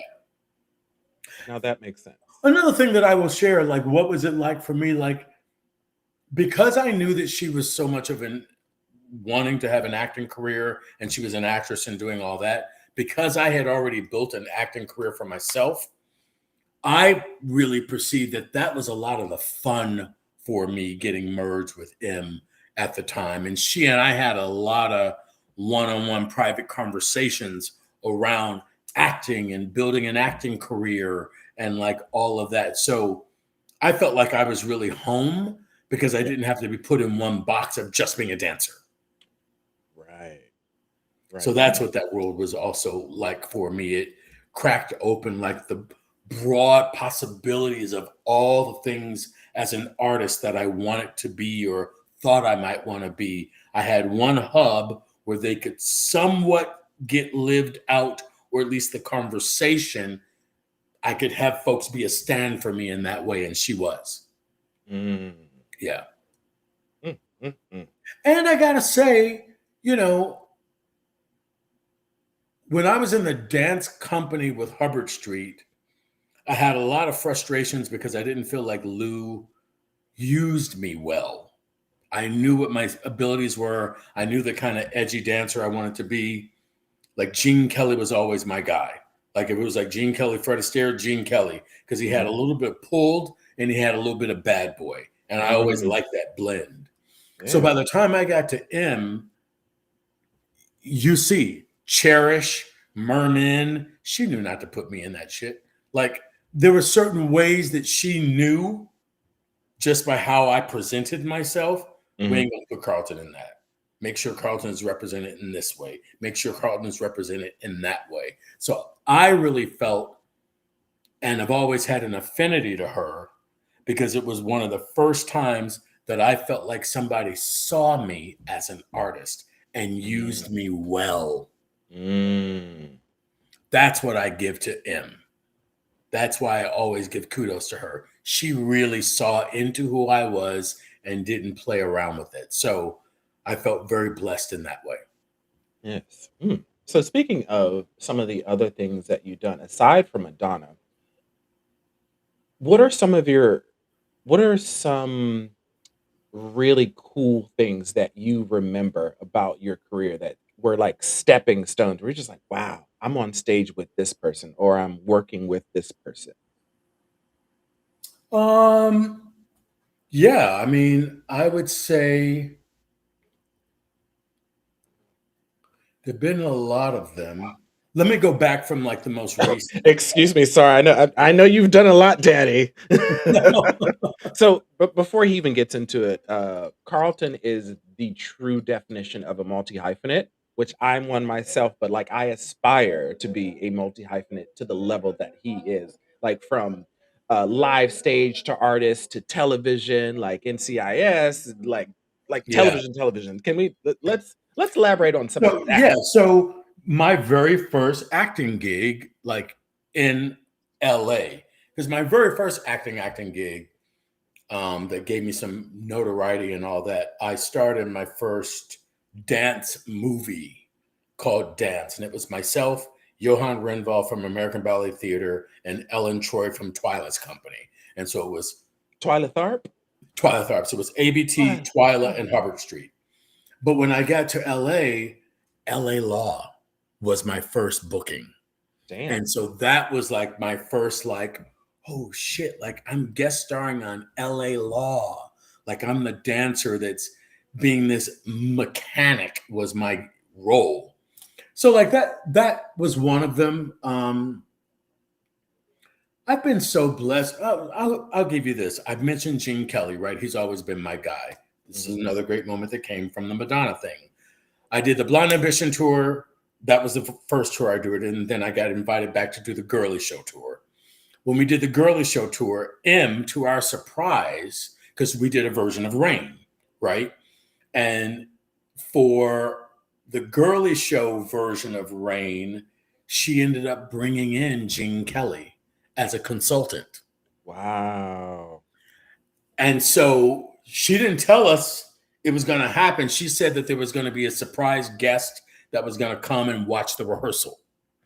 And so that's just what we knew. We had no name value to it. And then in he walks. And immediately I thought, oh shit. He said before he wanted to give anybody any notes or any thoughts around it, he wanted to see what we had in us. Yeah. So he did like a mini audition for us to do. And I remember thinking, nigga, you got to show your fucking chops right now. You're the sole black dude on this tour. You've got to rock and roll. And so I say all that to say, when we finished the tour, 3 months later, they were doing a roast for Gene Kelly. And I got a phone call. He wanted all of the most amazing dancers he'd ever met at his roast. And I got an invitation specifically from Gene Kelly. So that for me was one moment for me that really just always stood out. So that was one. Wow. That is Jesus. A personal invitation from Yeah. Gene Kelly. That is craziness. Yeah, that was pretty cool. And then I was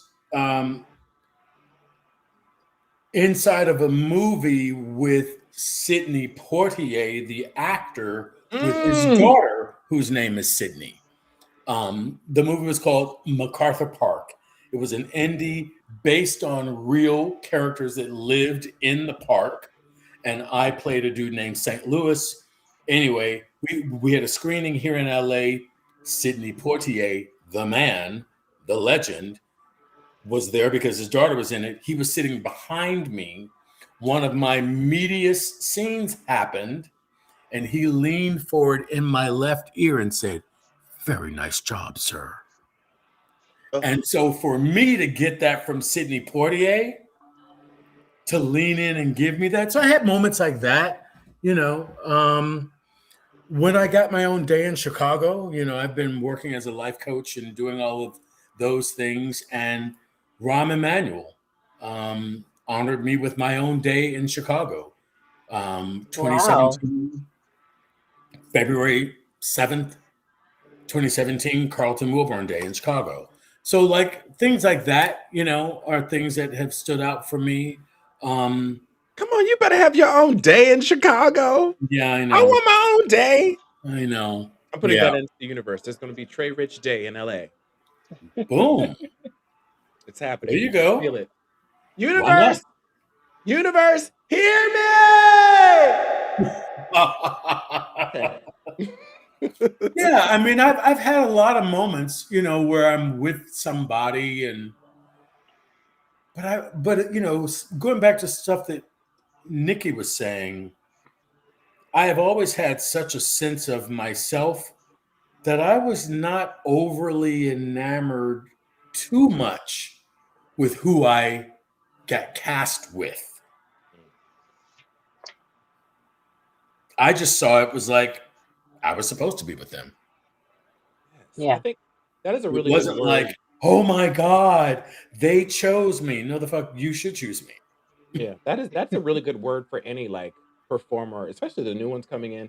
Like, stand firmly in yourself and be happy with what you got, and don't rely so much on how can I say, feeling or checking the boxes of these people that you audition for. Because I think that is something that I do go back and wish I had done differently. I don't regret anything, but going back, there's some times I wish I had trusted myself more, and Sure. sometimes not even walked into certain rooms and wasted my time.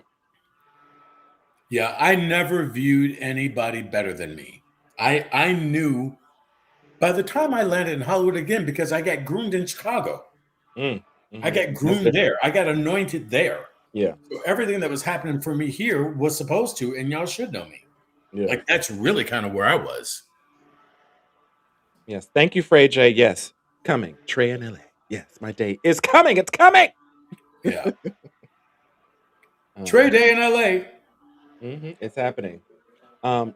Two more points, and then we're gonna let you go, Carlton. Because like we was only supposed to be on here for like 45 minutes, an hour. But like we're gonna have to have you on again because I feel like there's so much of you that the world needs to see.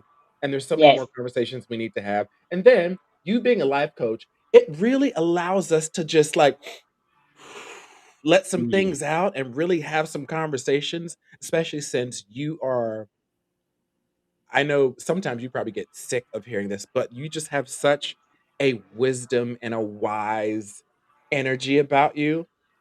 I just feel like I need to be my best self. Not that I don't do that on the natural, but there's just certain people that just bring a better version of yourself out of them when they're around you. You're just like, oh, let me just.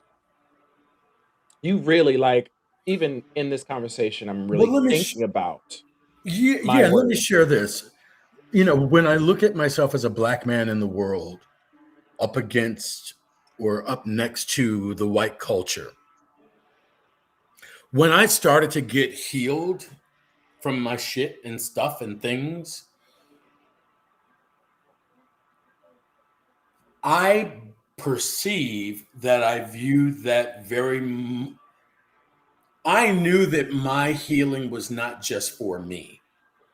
And I'm sharing this because I have felt like the voice that led me was not a black voice. And what I mean by that is Black people, at least my journey, Black people were very protective of their shit.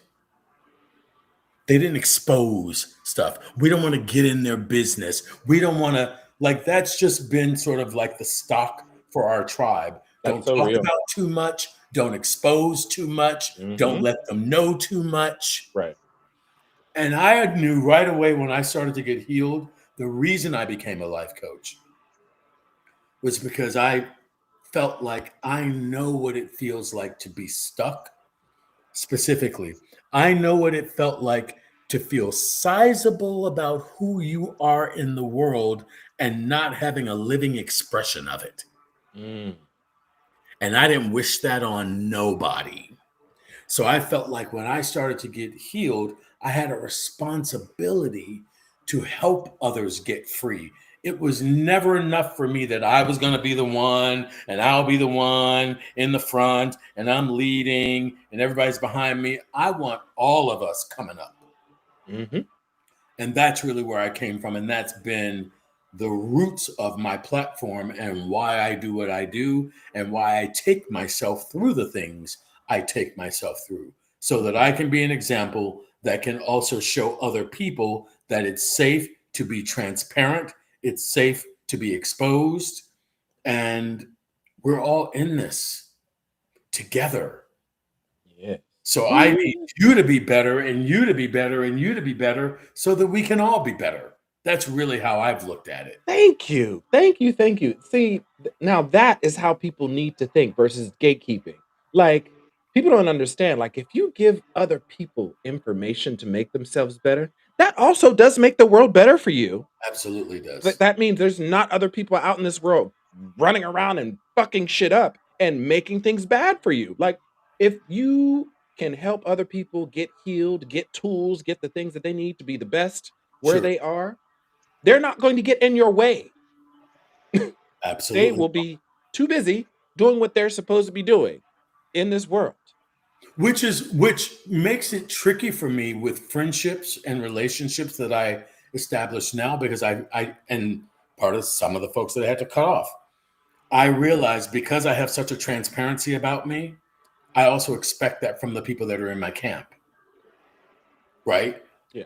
I want to know that you will also share some truths and some darkness and some crazy. And so if I feel like I'm dealing with people that are gatekeeping their truths, I'm pissed the fuck off and I'm not interested. I know that's right. Because I come so blown exposed. Like, Yeah. I think that there's high value in that. So if I'm giving all of me to you, but then I watch you go, oh, I'm just going to not talk about that, or that's too much for me to say, then what are we doing? Right. Why are we in a thing if we're not being real for each other? Right. And so my coaching work has just been about helping people get into their power so that we can help each other and be. I love the idea of walking down a sidewalk and I've got my team and we're all killing it. Right. That's what I'm interested in, not me killing it and everybody's behind me. Bullshit. Right. I need you to rise. I need her to rise.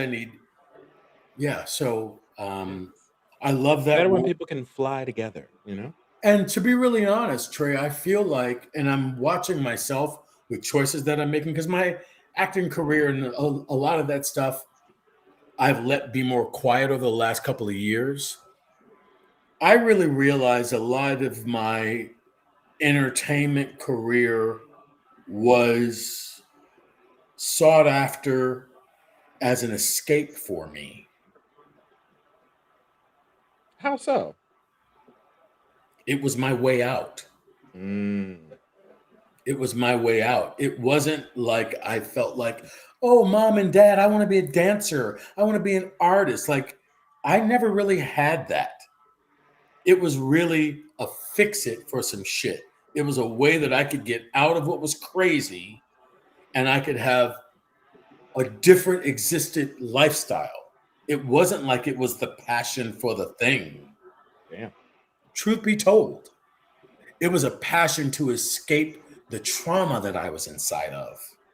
And I could put myself in a la la land called something else. That's why I wanted my entertainment career. So my agents and my team have been very frustrated that I've not been gung ho moving my acting career and my entertainment career. You know, I've got certain things that I'm building, and you know of some of those critical projects I'm interested in.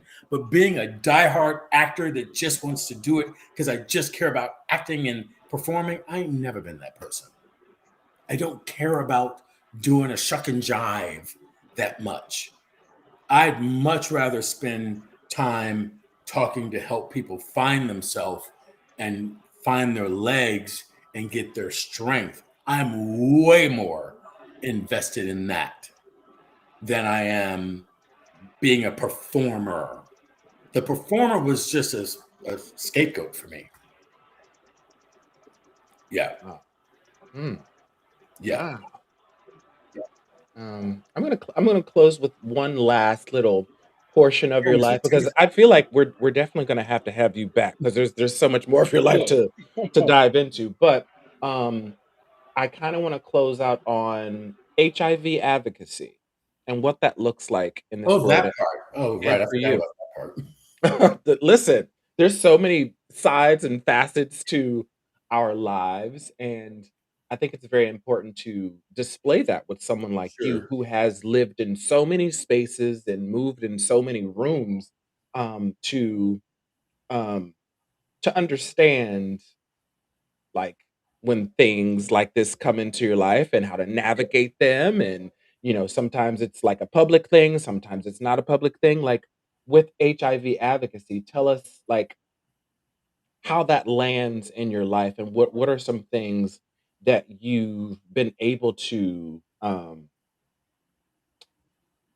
kind of experience and kind of help people who are also on the journey of learning of their status. That was a long journey for me, and a very bumpy journey for me. You know, I got diagnosed in 1985. I was in hiding about that diagnosis for 14 years, meaning no family member knew about it. I think maybe two, three people that were super close to me knew, but I was riddled with a lot of shame and a lot of all that. But again, I got diagnosed when it was truly fire and brimstone, Mm, 1985. I mean, it had only gotten public to the world 3 years prior when Rock Hudson made his announcement. So it was only in 1982 that people got aware of HIV. So by the time I got around, and then being black, and then being in entertainment, yeah. I thought that title, that stigma would stunt everything that I wanted for my life. And so once I got more healed and clear about my relationship with God and why God had me here on earth, Trey, once I got clear on that, then it became clear to me that I had to release it and speak about it so that other people could be released from the glue that had them stunted in their life. I Mm, knew that if I stayed silent, I would stay stunted. mm, So my advocacy, once I got some backbone, was really just about I got to weather how difficult it feels for me so that I can help some other folks get free. You are only as free as you're willing to. You're only as free as you're willing to be. You're only as free as you're willing to be. So if you say, I'm not going to do this, I'm not going to be public about this, I'm not, then be careful what you're saying, because that means you're also putting a block on some part of the existence that is your why. that part. I don't want anybody to put boundaries on their why. I'm talking about why they're here. So let me ask you, Chu, if we can, I'll throw it back as we close out. Why are you here, Trey? And Nikki, why are you here? Have you answered that for yourself? Are you clear about that for yourself? Mm. I'm clear about it. Being put on this path has made me clear about it. Being in a situation where sometimes I don't stop to think about it, and my fiance tells me, he's like, you got to stop and think about the amount of people that you affect, that you touch. He's like, you just being useful. You don't stop. You don't see it. He was Mm. like, you touch people. You reach people with your videos, your words. He was like, it's people out there that like you're helping them. He's like, you don't stop to really, really see that, and I don't, because I'm just get on here and this is my purpose. This is what I'm meant to do. I'm meant to say we're done being polite. I'm not giving it to you polite anymore. I'm not yeah, I'm not doing that. We Mm. talk, we say, we were polite. I'm not being graceful, or I'm not giving grace in situations where it's not required. It's not required right now. So I'm saying it how it needs to be said. If you don't like it, I don't give a fuck. That's just how it is. And that is my purpose. It's my purpose to speak for the black women at work that's got a Becky that's getting on their fucking nerves, and they can't cuss the bitch out, but I can get on here and cuss them out on their behalf, vicariously through me. That's what I'm here for. I'm the one to sit here to echo to echo the gripes that we have as black women, to validate the experiences. I have had DMs, messages, people just be like this across all generations have gone through the same thing, and I validate the experience to be like, you know what? No, the microaggression is real. The shit that we go through every day is fucking real. It's not a figment of your imagination. And so I use my voice to say it how it is in a way that is harsh, but it makes you think. It's humorous. I have, different, not skits, but different segments and things that I do. And, the day a white woman does not feel pressure on her neck because my foot is on it, that means I'm dead. Like, that's just how Mm. it is. My foot will forever be on the neck of white women. It will never let up. I'm never taking my size 9 off. It's never gonna happen. And I love how you just said that's it. that it's to validate the experience of the black woman. Yes, I that's love because we are gaslit every. We as black people are gaslit every day, but black women are gaslit every day. Oh, are you sure that that's what that meant? Or down to our hair, or just everything, or not even being able to be in corporate America and be left alone to just do our jobs. We have to perform. Mm. We are on call, on duty, just to perform at all times. And I want to validate that experience for women that probably think, am I going crazy? And you could be sitting right there now thinking like, wait, am I crazy? Because that's what exactly was, yes, that's what's going on. Mm. I want to validate black people in general, but black women in particular, I love that. because black women are, again, we are the most disrespected group, and yet we are always expected to give the most forgiveness, to give the most grace in Hmm. situations where 99.99999% of the time grace is not required. Trey, how about you? Have you thought about why you're here?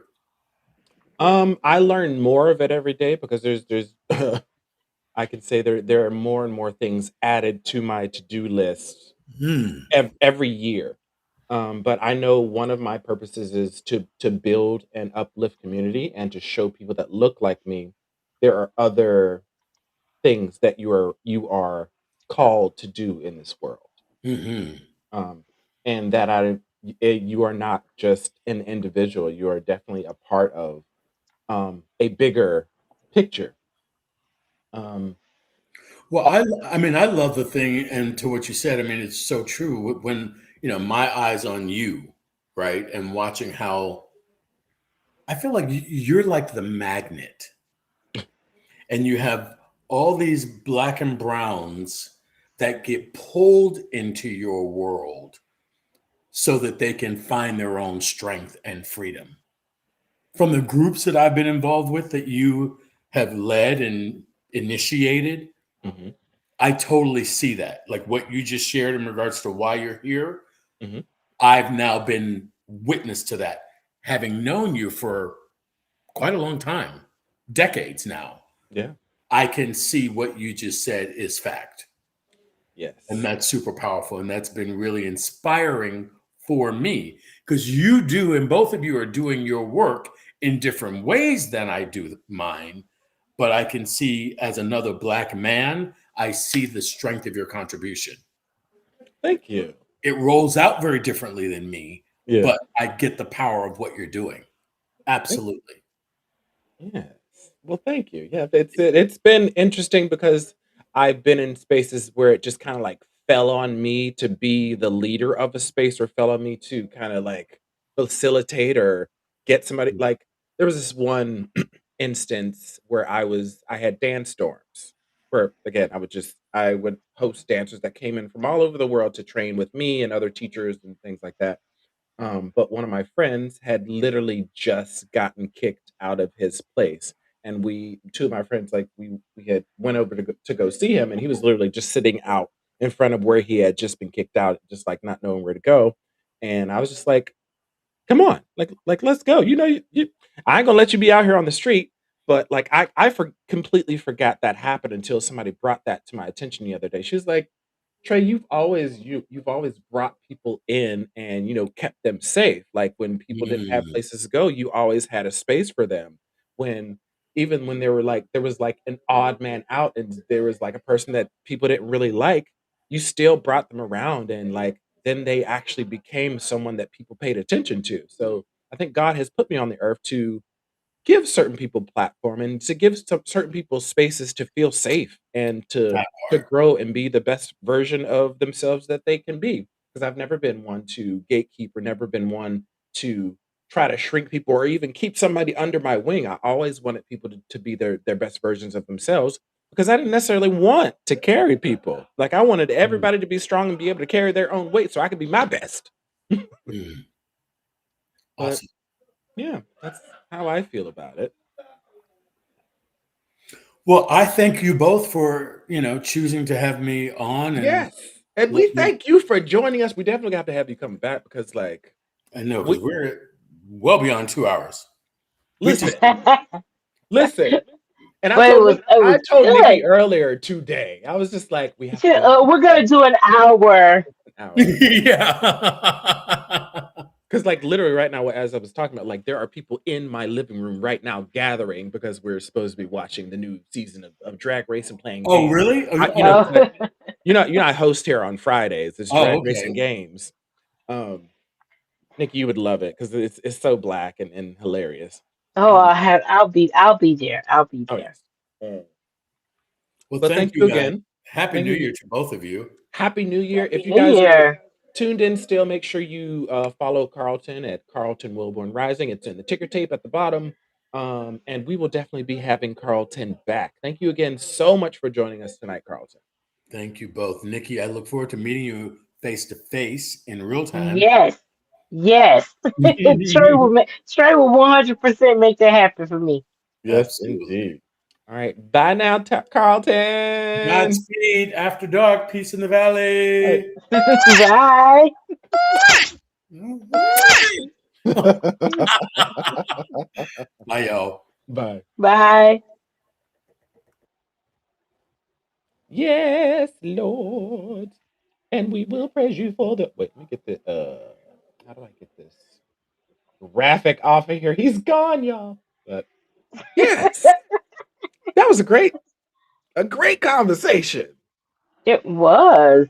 Yeah, see, I told you he was gonna love Carlton. Isn't he awesome? Just an awesome air of a person. Just Yes, yes, regal. yes. Regal, Yes. regal. Um, And so he's a life coach, and he also has like some courses that are available online, and I helped him with his audio. So I recorded his voice. Oh my god, his voice, it's like butter. He sounds like Joe Morton. Yes. It's just it's so soothing, and I was able Hmm. to, like, add, like, a little bit of reverb and stuff on it, so he literally sounds like Sky Daddy himself. It's so nice. I just kept thinking Papa Pope, Papa Pope. Yes. Yes, but we're about to log out, y'all. Thank y'all for tuning in. Thank you for tuning in to Nick Nack After Dark. Nikki, tell them where we can find you. You can find me on Substack at knickknack80. I will be posting soon.